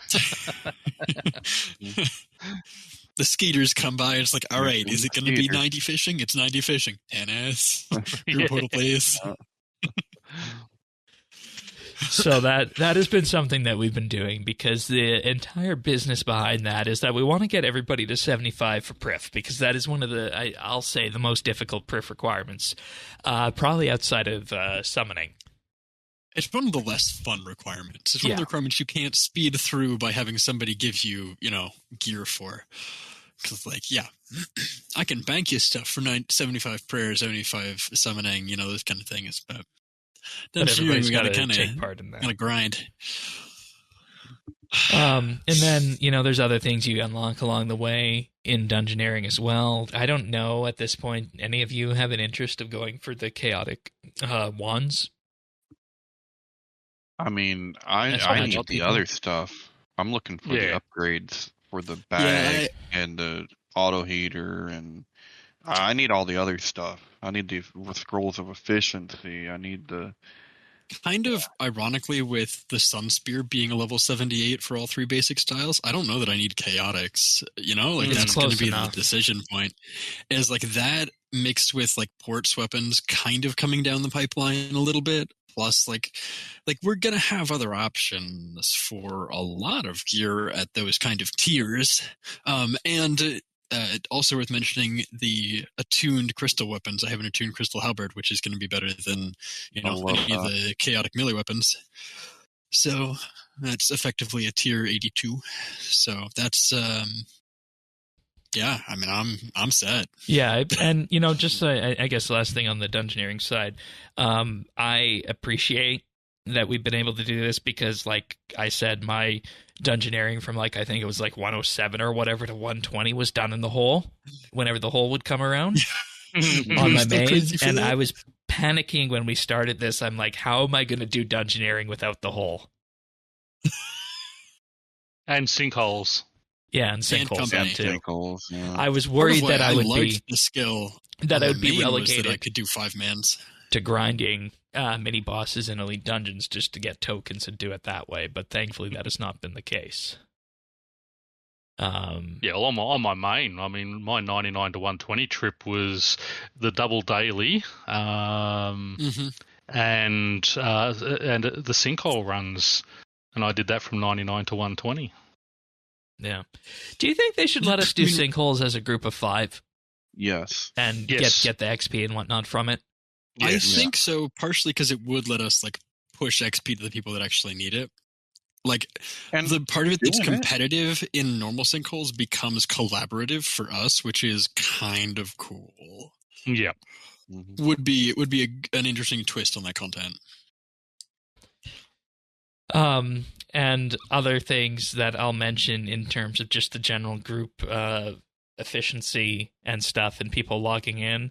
Everybody we're still on the path that everybody's allowed to play whenever they want for however long they want. We don't have direct quotas in that regard. Tanis took a vacation a while back, a break and an actual vacation. That was perfectly fine. Taxi, you said in pre-show that you've been spinning up a bunch of Guild Wars in the last month. I live on Guild Wars these days. I log on to RuneScape for an hour a day as I'm falling asleep to fall asleep over archaeology, which means I keep falling asleep with the grace of the elves.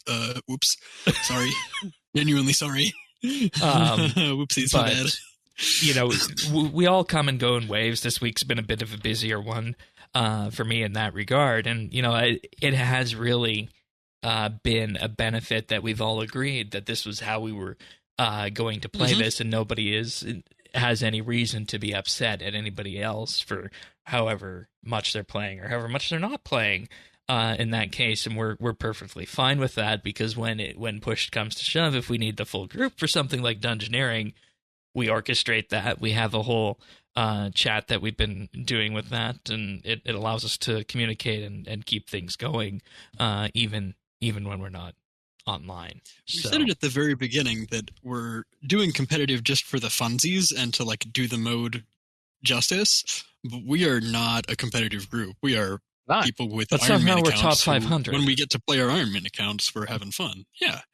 Well, top 500 for 5-man groups. Let's not oversell ourselves too hard. But also because that whole reason we did it for fun, and we're still having fun. Right. People who tend to race those type of things, you burn out. You know. Quick reminder: when we started this, we said, we're planning on like 3 months. We're purchasing membership for like 3 months, and we'll see how we feel afterwards. But we're more than 6 months. And they didn't sell the 3 months packages anymore. We're more than 3 months deep now, and more than 6 months deep now, and we're still here. So all of us do, which is good. The amount we play goes up, it goes down, but it is. But it's always constant. I mean, it's the one. It's the one thing you always got in the background that you got going on. Like, I don't even think I'm going to be playing RS3 really hardly at all, except for the Ironman. Like the Ironman is really the only thing I'm playing. Main's archived at this point. My main will continue to maintain trim with the exception of Globetrotter, because I'm way too lazy to do clues, and I've just accepted that about myself. Well, if you do the Easter thing, you'll get a lot of your points from that. I really need to, because that's a lot of points towards Globetrotter. I did not realize. It'll hurt your eyes doing that daily. Don't. No. I did not realize wait. that the Ironman. No, I did not realize that our group Ironman was able to get the rewards of treasure trail points from that. So I only started it this week when someone mentioned it. And those extra treasure trail points to get me to unlock the pants is going to be phenomenal. You don't get treasure trail points from doing the daily hunt, do you? Yep, you get 25 once as you finish that. I thought it was just from the community egg hunt and the donor egg hunt. The community egg hunt, you get it at every clue you do, every step. The daily egg hunt, you get I think it was either 10 or 25 once you go back and hand in your 12 eggs. But you don't get the casket with the reward. No. Okay, that's fine. Well, no, but my main account has been Globetrotter off of trim for a year and a half. Well, the event's in game until May 5th. If you want. Oh, I probably ought to start logging in and doing that. But see, don't push yourself. That's what we always say. No, but it's 2 minutes of running a circle. Yeah. Also, as a reminder, the eggs show up a different color on high contrast mode, so you don't have to strain your eyes. You just have to turn on high contrast mode and look for the blue thing. It's not bad. I had problems finding them even with high contrast. But maybe that's me. I did it on mobile and didn't have issues because you have to do one of the daily egg hunts, which I didn't realize gave the points. Yeah, it unlocks unlock the community ones, and the overall one. Yeah. Okay. So with that, I can also say that I hit 104 farming, which is the level for the second large dinosaur pen. But unfortunately, we're still short a male female dinosaur pair of some variety that I can use at this point. So that'll be a problem for later on down the road if none of you get to Aya in your AFK times. I'll get back into Aya. So I've been just storing my XP in Aya. I filled. I'm 349 to 350k for all 6 of my stations now. So before my base camp is full again, I'll need to go and empty that out. So that'll be 2 million experience worth of AFKing in there for 6-8 hours, whatever, and should get me at least a few eggs. Yeah. I should get quite a few, frankly. Yeah. But aside from hopefully a necklace of Salamancy, the continued push for the farming stuff, I have also been doing summoning again, thanks to the group. Regularly farming the Guams, because the idea with that is that we're going to use the 8,000 plus green charms that we have for everybody's summoning training. Up to what level, Thaxi, with Guam? For my I cause? think it's 56 up until the level for, is it stranger plants? I think it's up until level 4. No, up until level for ibis pouches. We're using greens, and then we do ibis. Although, if people want to use the golds, using the golds to get up to stranger plants would be probably good. It'd save you from having to buy as many harpoons. Yeah, and see, that's the thing I was doing last time I was playing actively, was that I was converting those raw rabbits or whatever that they were that we had in the group storage to the bird meat, to the terror bird pouches, because you need those for invention. I do. Yes. Well, actually, I need them for. Ironically, I need them. Well, I guess invention, but for making a divine vacuum, it's actually I need 100. It's 120 powerful components to make a vacuum. But the vacuum just makes life and gathering energy so much easier. I don't have to deal with a lot of the trappings of like turning in energy. Saves me a huge amount of time, given that I don't have the divine conversion relic power yet, or the the divination memory dowser moon guy. Memory dowser, thank you.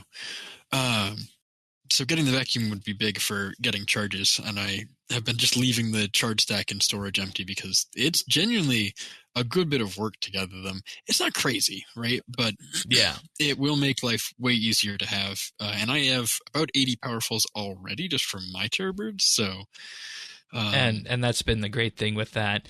I have been able to push summoning at this point up to level 56 with that, and I still have the stack of golds and bird meat to do. I'll probably do some more of that tonight on that as well.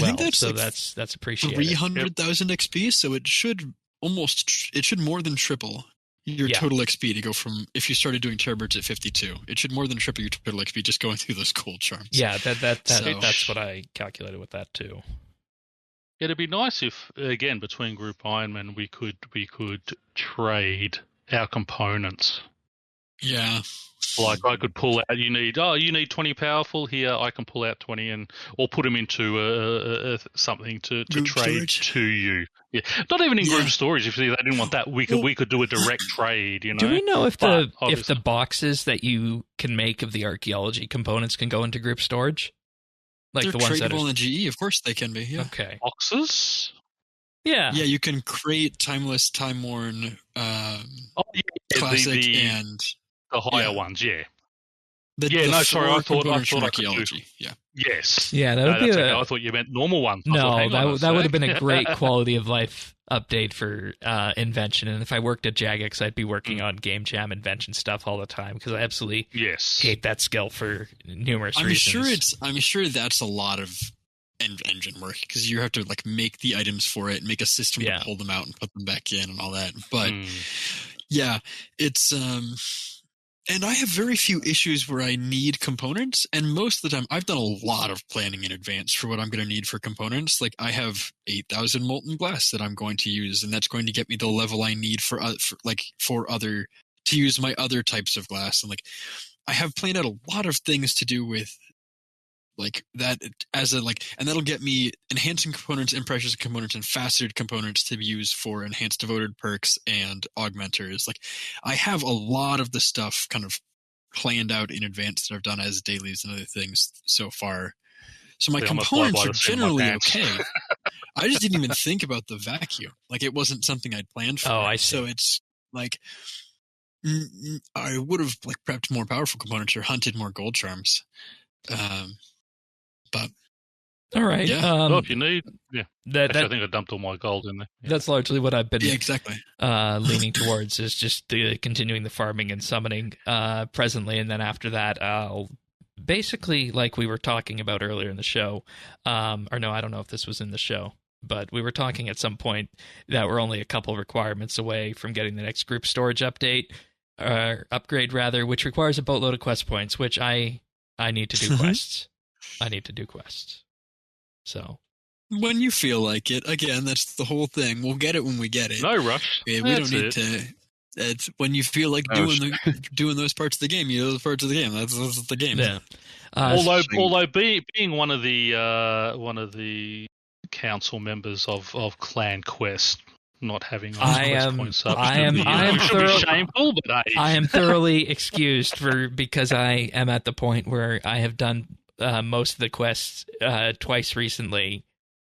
Sometimes on Group Ironman and sometimes on Old School as well. So yes, no, we will let you off. I won't pick on you. I'll pick on you. I've done them twice more than he has recently. Yeah, I know, but you've made decisions in your life that I question about going for Questcape in such a sprint that you did. But in 5 different accounts. Yeah.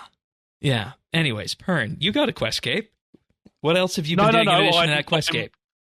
You're on the push for I'm it. chasing the Questcape. I am 10 quests away. Relomia just dropped off the letter for Slisky's endgame this morning when I logged in. So as I said, 10 more quests, and they're sort of boring quests like Heart Stealer and those type of things. Mm-hmm.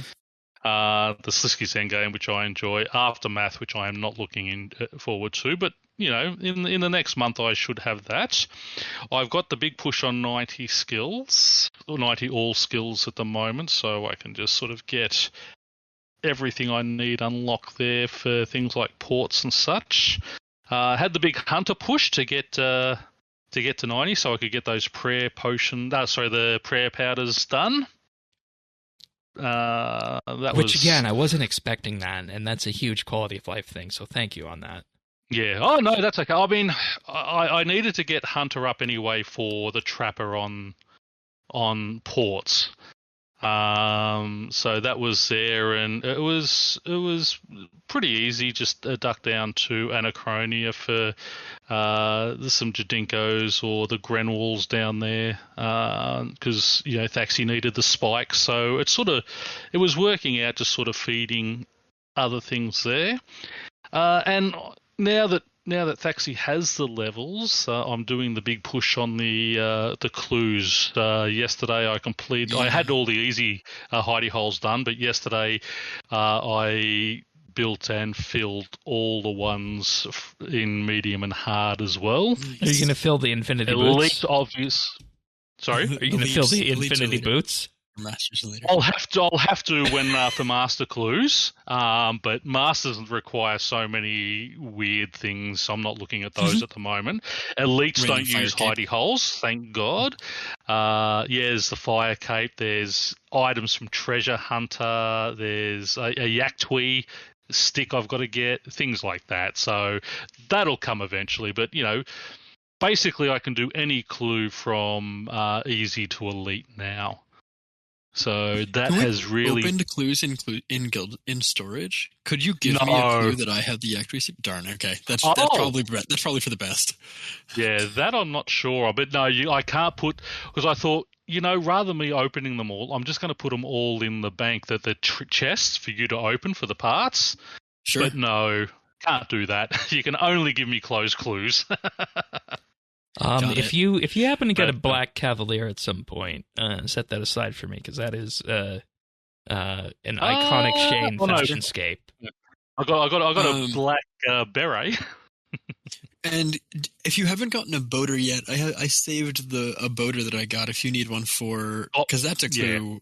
A clue That's a step clue as thing. well. That's why you didn't get that to break down, because it's Perfect. that Okay. stayed in my As bank. long as you have one, I'll get rid of. Yeah, I think I have an orange one, but I'll get rid of them. of the items from treasure trails that I need, Cool. which obviously I won't put in for breakdown, but all the rest of fortunates are going in there so that we can sort of get all those Get moving. things done with the onyxes, the alchemical onyxes.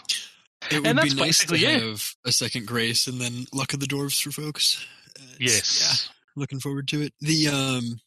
That was the last update I shared on the podcast when I don't know. I know you weren't here, Thaxi. I don't know if you were here, Pern, but I did share the update that we now have a group grace that we pass around.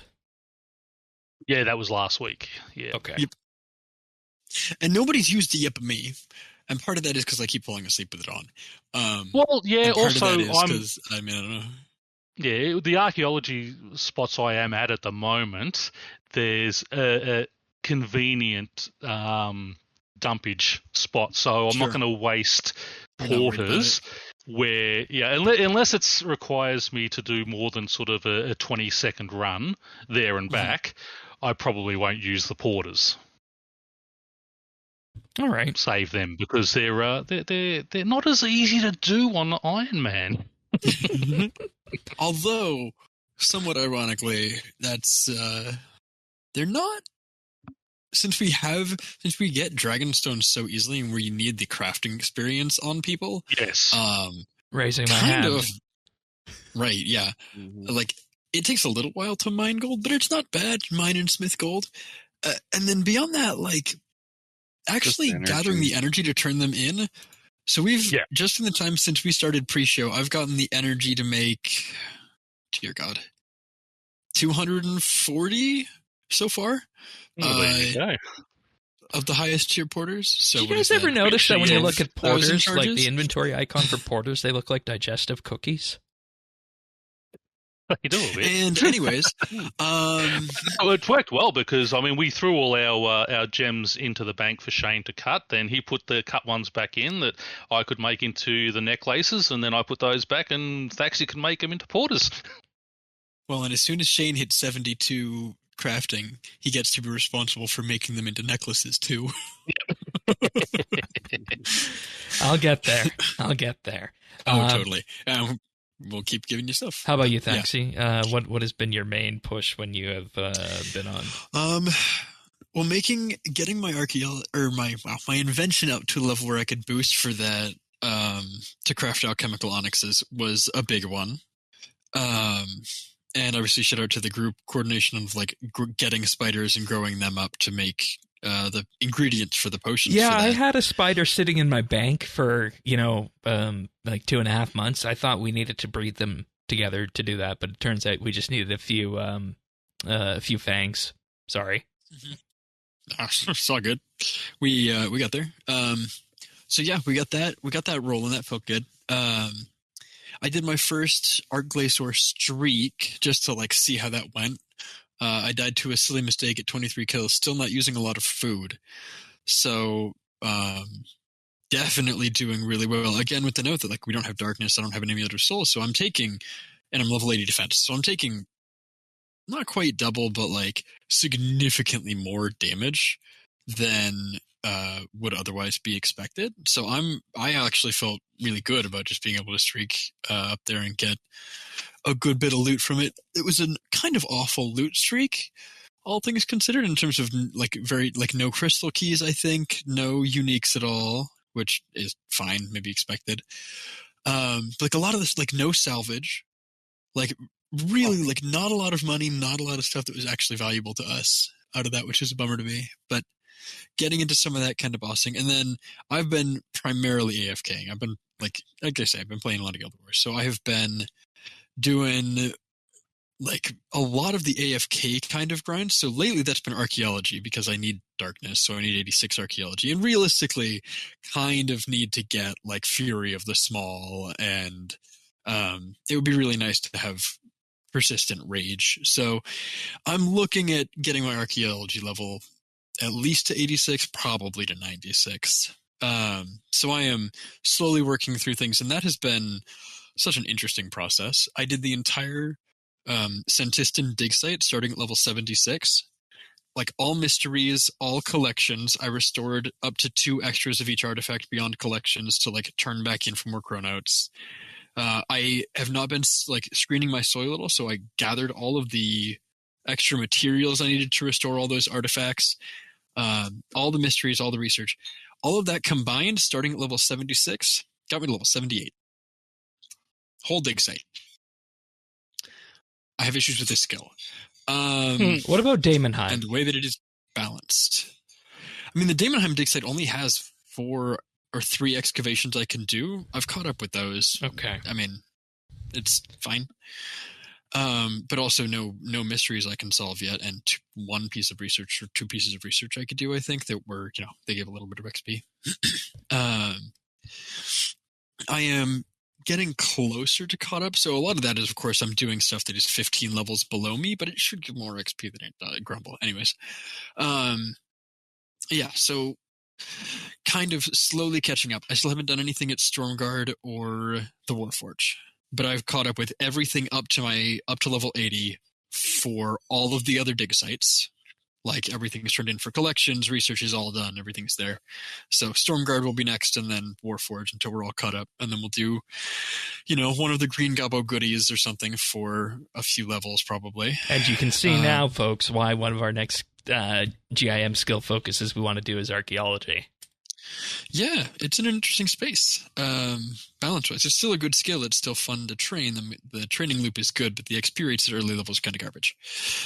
I only really frustratingly found that between sort of 70 and 80 the most frustrating part. Once you sort of get 80 and get to those 80 spots, you stayed at Centistan, obviously. So the skill is balanced such that if you're always doing the highest level excavation you can at all times forever, you actually get pretty good experience and you gain levels at a pretty linear rate, and it works out pretty nicely.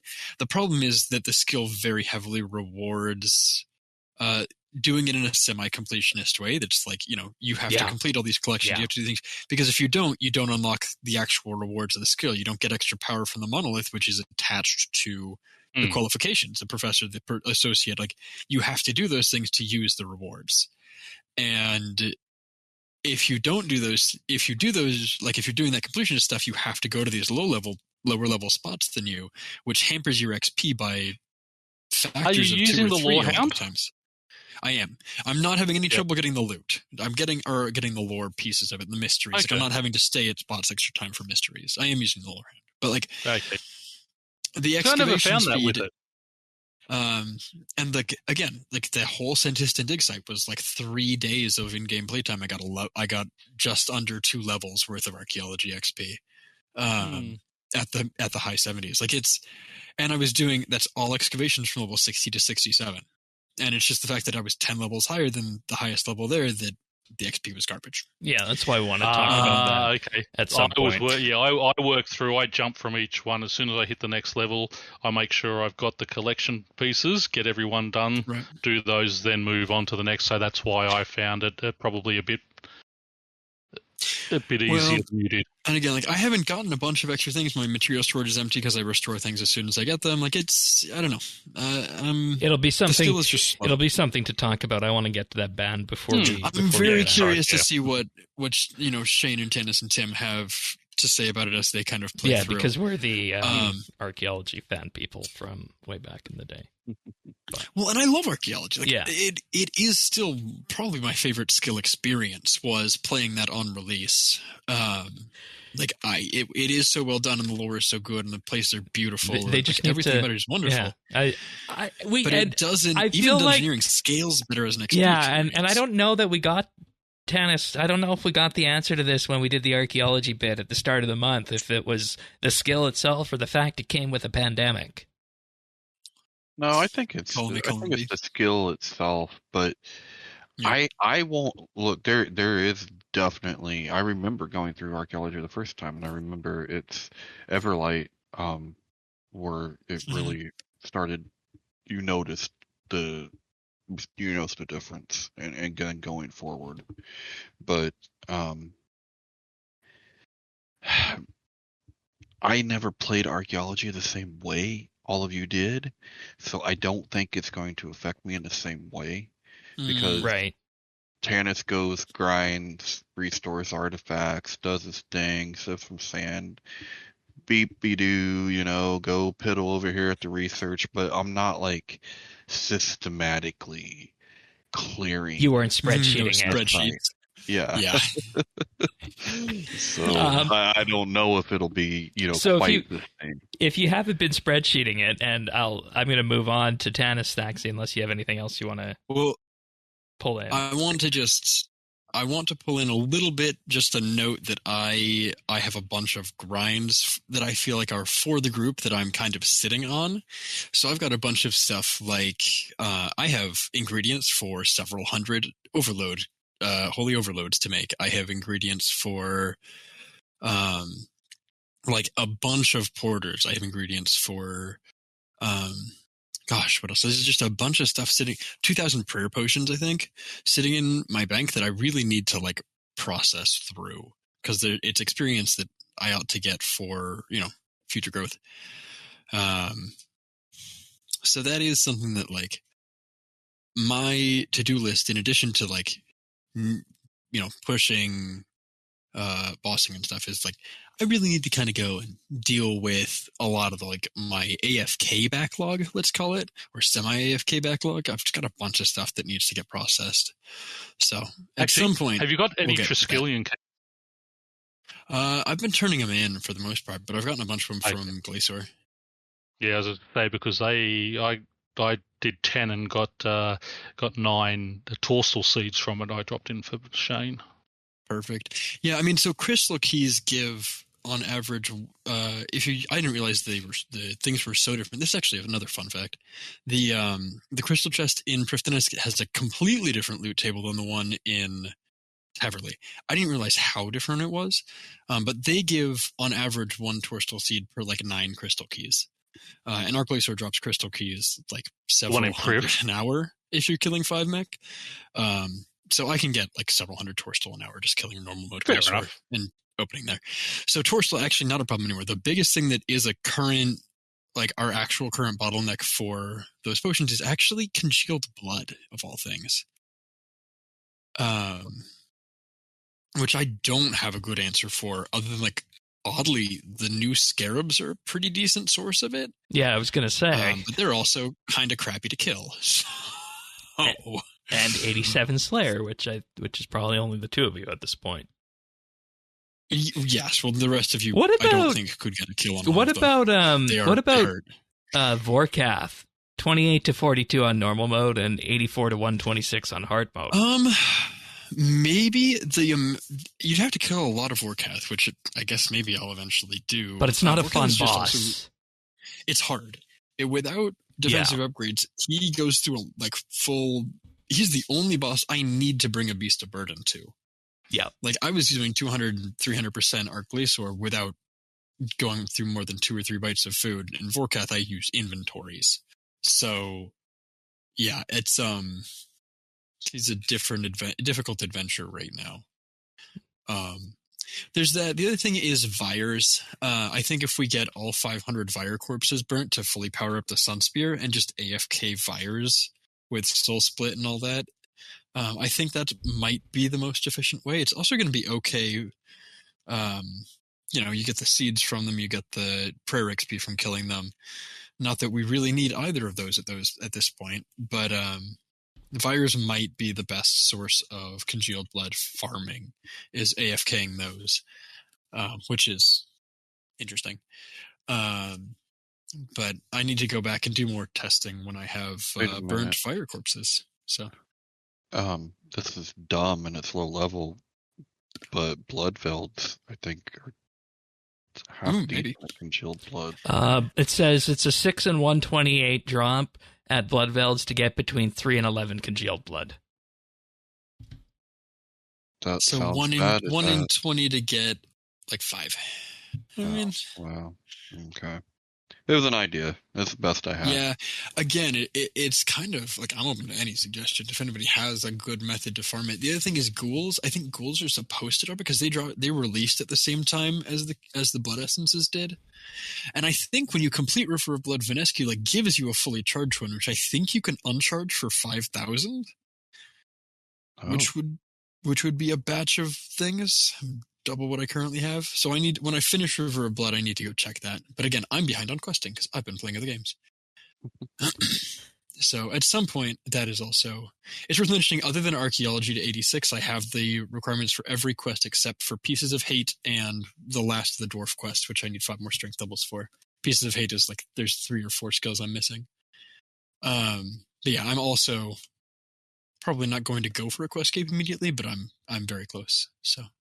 Very nice. Yeah, yes, it does that. I know Tanis wants to talk about something in particular, but I will ask what the most recent push has been on the GIM before we go to the other one. Oh, I'm doing ports. There's a lot more content in ports than I remembered. It's a lot longer working through it, and I really enjoyed ports when they came out, and I'm enjoying them again. So that's been cool. Ticked off another perf skill last week to 75. Can't remember which one it was, but group dungeon sessions are always welcomed. But otherwise, working on smithing. I think I almost got 75 banked. Nice. But still mining some. So I'll have those ticked soon, and then it'll be a matter. I think I'll just do wood cutting and construction at the fort, and so I mean it's all priv, but it's all skills I would have been doing, so now that I'm not done, but now that I'm like stable and where I wanted to be with fishing and cooking, I'm kind of able to go back and do these other things. So that's been what I was working on RS3. Like I really see myself just kind of doing a group Ironman over there. And probably mostly mobile. If I'm being perfectly honest, except for our dungeon sessions. But yeah, other than that, I have been playing RuneScape. I've been playing the RuneScape that they made for me. The RuneScape that if you ask me how to fix something in RS3, well, you would have ended up with this RuneScape game. So I've been in Dragon Wilds. I have not even progressed the story very much. I know do a whole playthrough. There's plenty of streams on that. But honestly, I'm just enjoying the world.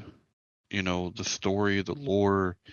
It's all there. But the building, the construction is. I'm just in love with it. I love doing that in games, that lets you do it. I never was a Minecraft person. I never could get past the blocks, I just I couldn't get past it. But this is just like something I've never experienced. Or that you knew you wanted? Or did you know you wanted it? I wanted this. Yeah, no, I'm serious. Like this is the RuneScape game that I would want, that I would make, that is a modern game. It's free. It's not okay. Think of RS3 is like you tell someone, I want you to go build something go build a car. Well, I'm gonna need you here's some blacksmithing tools. Can you do it? I mean, I guess. I don't know. Whereas Dragon Wilds, they're like, okay, We're gonna make RuneScape. Here's all the newest gadgets, tech, and assembly lines to your heart's desire. Go 3D print some shit and use your creativity. You're not being led around by the collar by a community that you can't ever satisfy. There's not a million people in it, I'm sorry, but the MMO part, it doesn't appeal to me. The question is, Tanis, how many people are there actually? And I think this is a good point in time to share some numbers on that. It was the number one top seller on Steam, 600,000 plus units sold at 84% very positive. The third most watched on Twitch, and over 2 hours was the average gameplay session. So you got people among yourselves doing it. But obviously, it's not, of course, multiplayer in that way. So lots of people are doing it. Right. But you're doing it with your friends, right? Like if you're playing together, you're playing with friends. Yeah. And that's how I play RuneScape anymore, right? Because it's and we cover the news, right? Week in, week out, and I'm excited to see what can be done. To see where it goes. Because I asked you, what are the 3 things you would say this week on Dragon Wilds? And I want to go into the first one. Like, what is the depth of RuneScape-ness to it? Like, obviously, beyond the wise old man and Zanuck being there in the tutorial, it still feels RuneScape from the beginning to wherever you are all now. RuneScape. Yeah. It's all RuneScape. So the building, I look at that as the construction rework that we can't have. We can't have nice things because we have a point-and-click game where our feet are stuck in cement. So we can't have nice things. So now we have a construction rework that I can build and I have, buddy. I built a cathedral that's as big as that church in the beginning, right? Like, I love it. I can't. It doesn't matter what RS3 does. There's no way that I'm ever going to be able to do combat. I can't do it. This, I can juck and jive and move, and I have a fighting chance. Like, will I top out at a certain level? Yeah, I do in all the games. But this feels at least like it's my fault. And I'd much rather it be that way, right? But no, so it's got, you got your construction, but you've also got your wood cutting is just like wood cutting, right? Your skills, while they're few right now. I really want to see what farming looks like when that comes in. But these are RuneScape skills that, and no other game like this that has skilling in it is like RuneScape skilling. How many times have I told you, Shane, like, give me an ESO that had RuneScape skilling in it. Give me these things. And then they did. And then they did. So do you like to do dungeons or, elite dungeons in RS3 or regular dungeons in ESO? We got vaults in Dragon Wilds. Same thing. All of the Restless Ghost, so there's quests from RuneScape.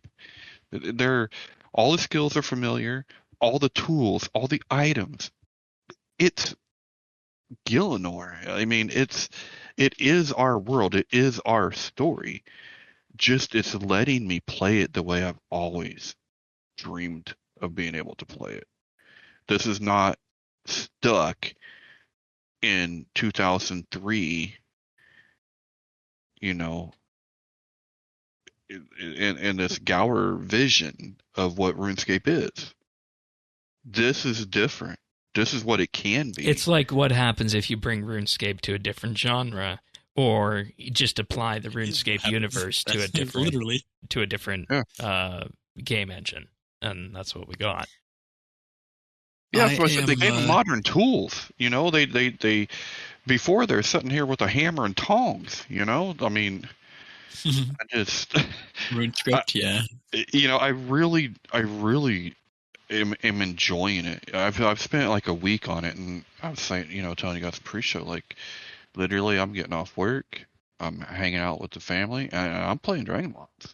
Like, Send us a screenshot of your of the mansion you built. Yeah, I'm and actually then, really curious. Yeah, I'll throw that in the show notes because I don't know if you're online with that right now. If you're able to while we're doing this, and because that was obviously one of the first things that you mentioned was what the house looked like. So definitely send that along, and we'll throw that in Discord.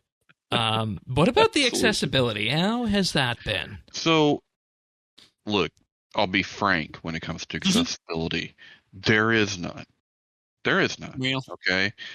That being said, all of the accessibility that we have in RS3, while it is good and it is welcomed, it doesn't compare with letting me move.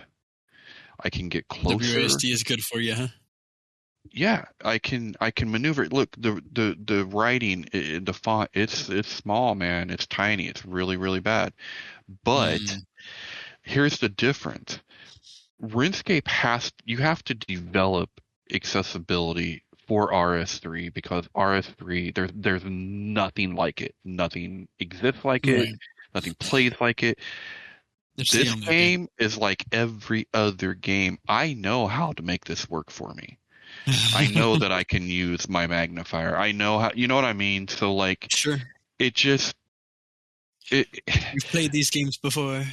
Yes. I mean, and I would look for accessibility to get better with this, but right now it's not, it's not great, but it's completely playable. There's not been anything that I can't do.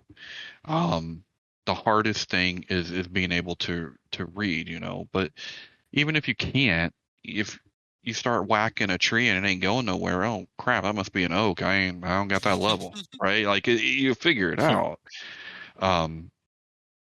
So how is the sound design on it? Does it like that's are there sound cool cues thing. that would say that like you're hitting an oak tree with the Sonax? Yeah. Cool. Yeah. There are, and there's a sound cue like when it breaks, right? That's something I noticed right away. I was listening to some Rammstein the other day. I was playing Dragon Wilds, and because I don't see very well, I didn't see these little kibbits that were like attacking me as I was running through. I normally hear them. I'll hear it if it attacks me, and I'm like, I turn around, bap, but I couldn't. So I ended up, getting killed by kibbits because I'm just over here chopping trees like. And they've got sharp teeth, right? And claws. Yeah, so there are sound cues, like when the goblin bands go, you'll hear the horns. But the one thing about the soundscape that is really cool is, we know how rich and awesome the RS3 soundtrack is. Yes, it's the same music, and it feels so much more alive. Like that's true. They do have an in-house sound team with a little bit of, let's say, 1,000 songs worth of experience, don't they?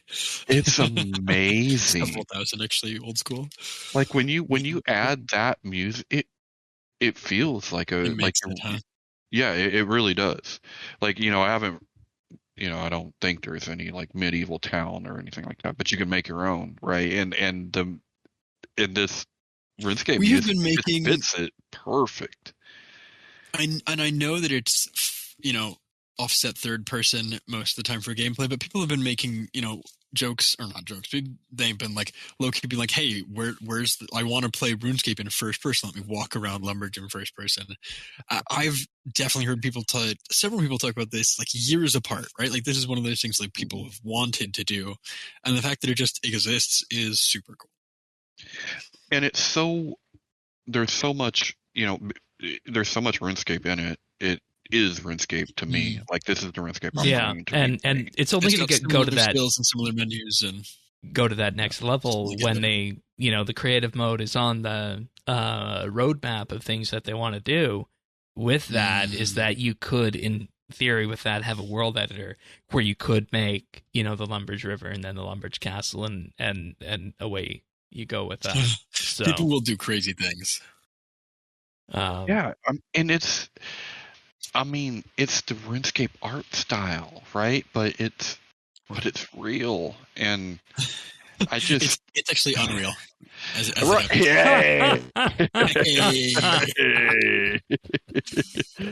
Yeah.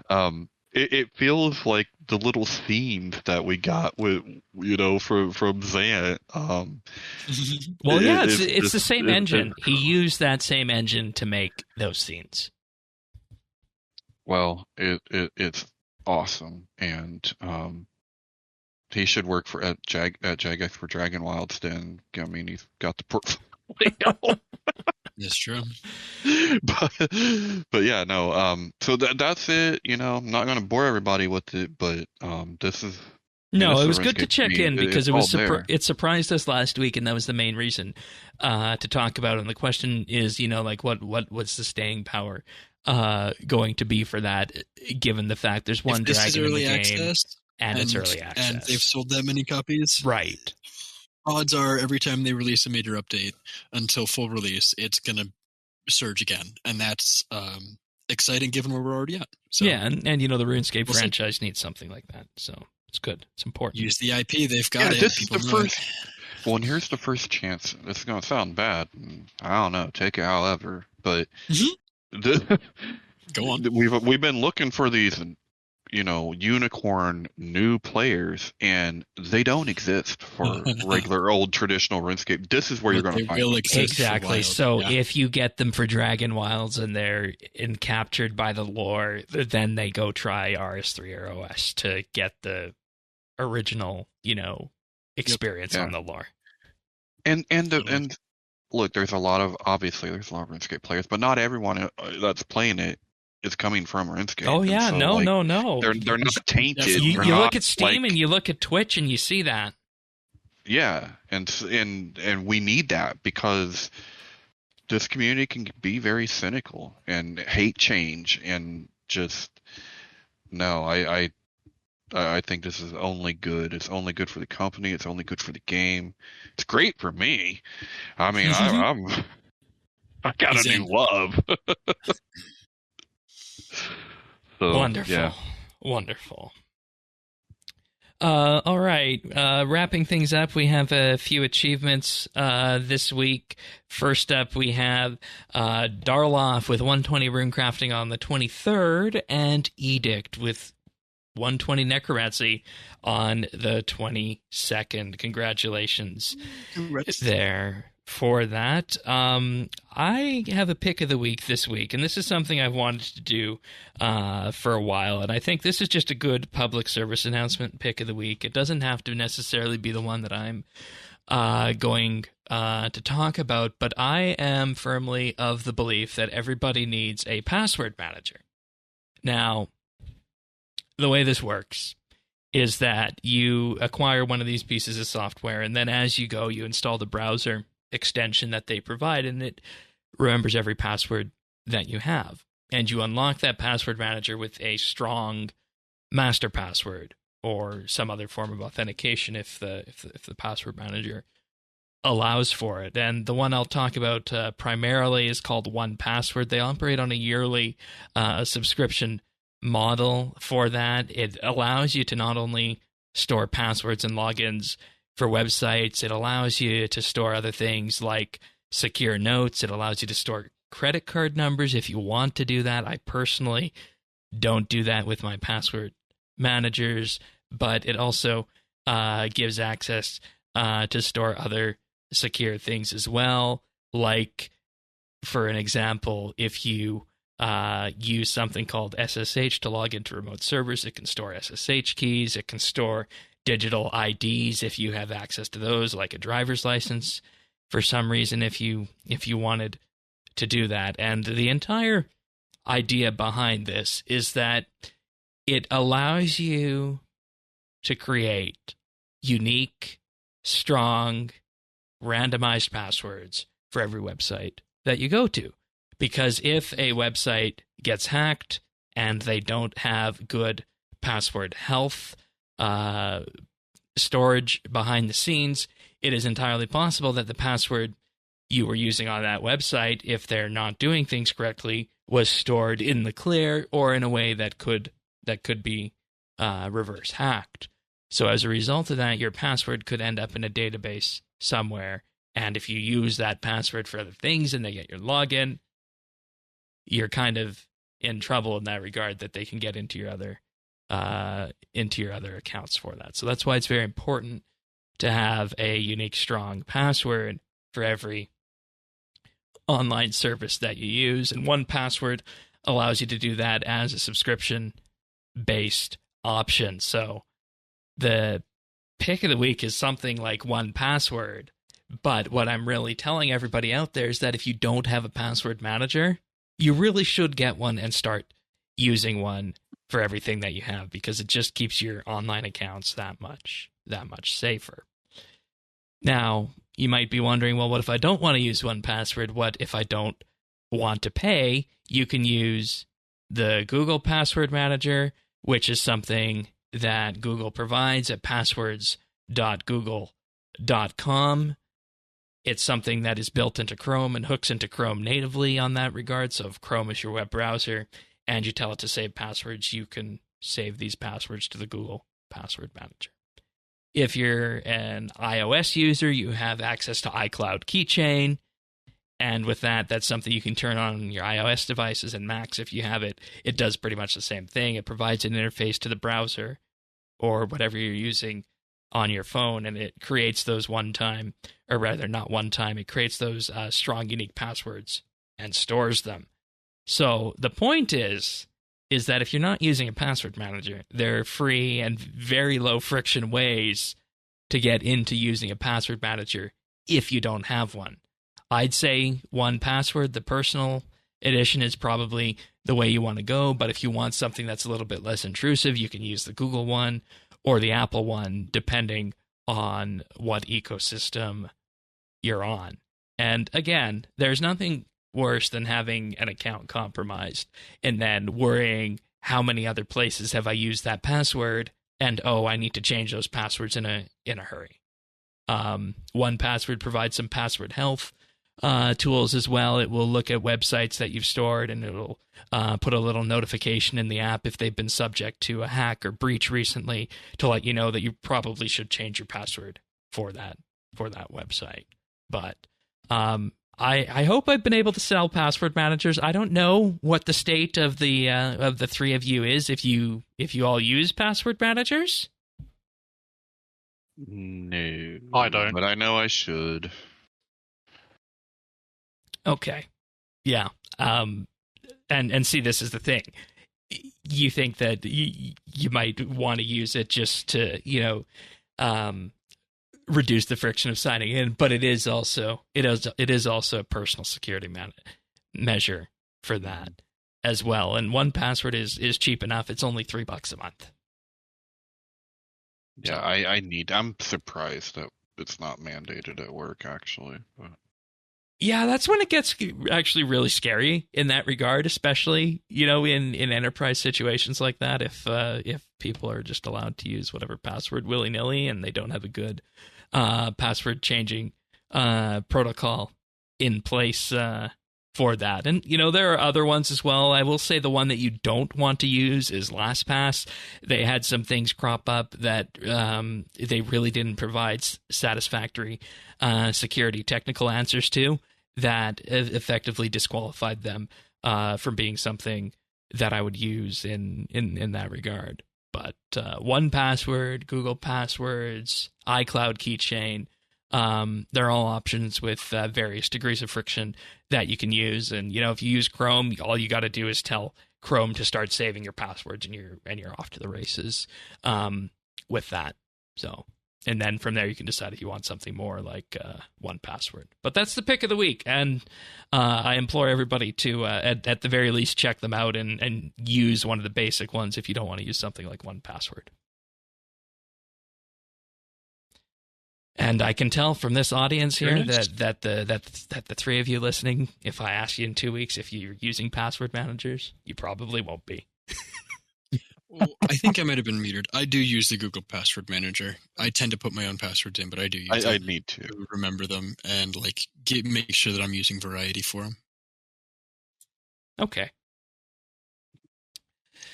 Anybody have anything else before we depart for the week? I don't think Nope. so. No, that was a good group Ironman check-in.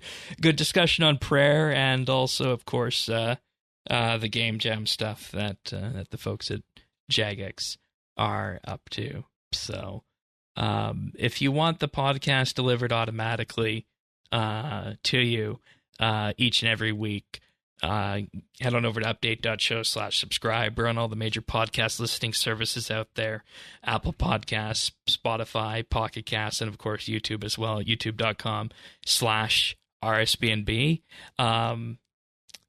Give us a like and subscribe. Greatly helps the channel out. And we also have a picture of Fortress Tannis now. Oh boy. Thank you for the screenshot. I made a few, but this one, Oh, look at those You're right. walls. That looks oddly like the fort, actually. It kind of does. Oh, I didn't It's even got Fort 4 and 3 energy.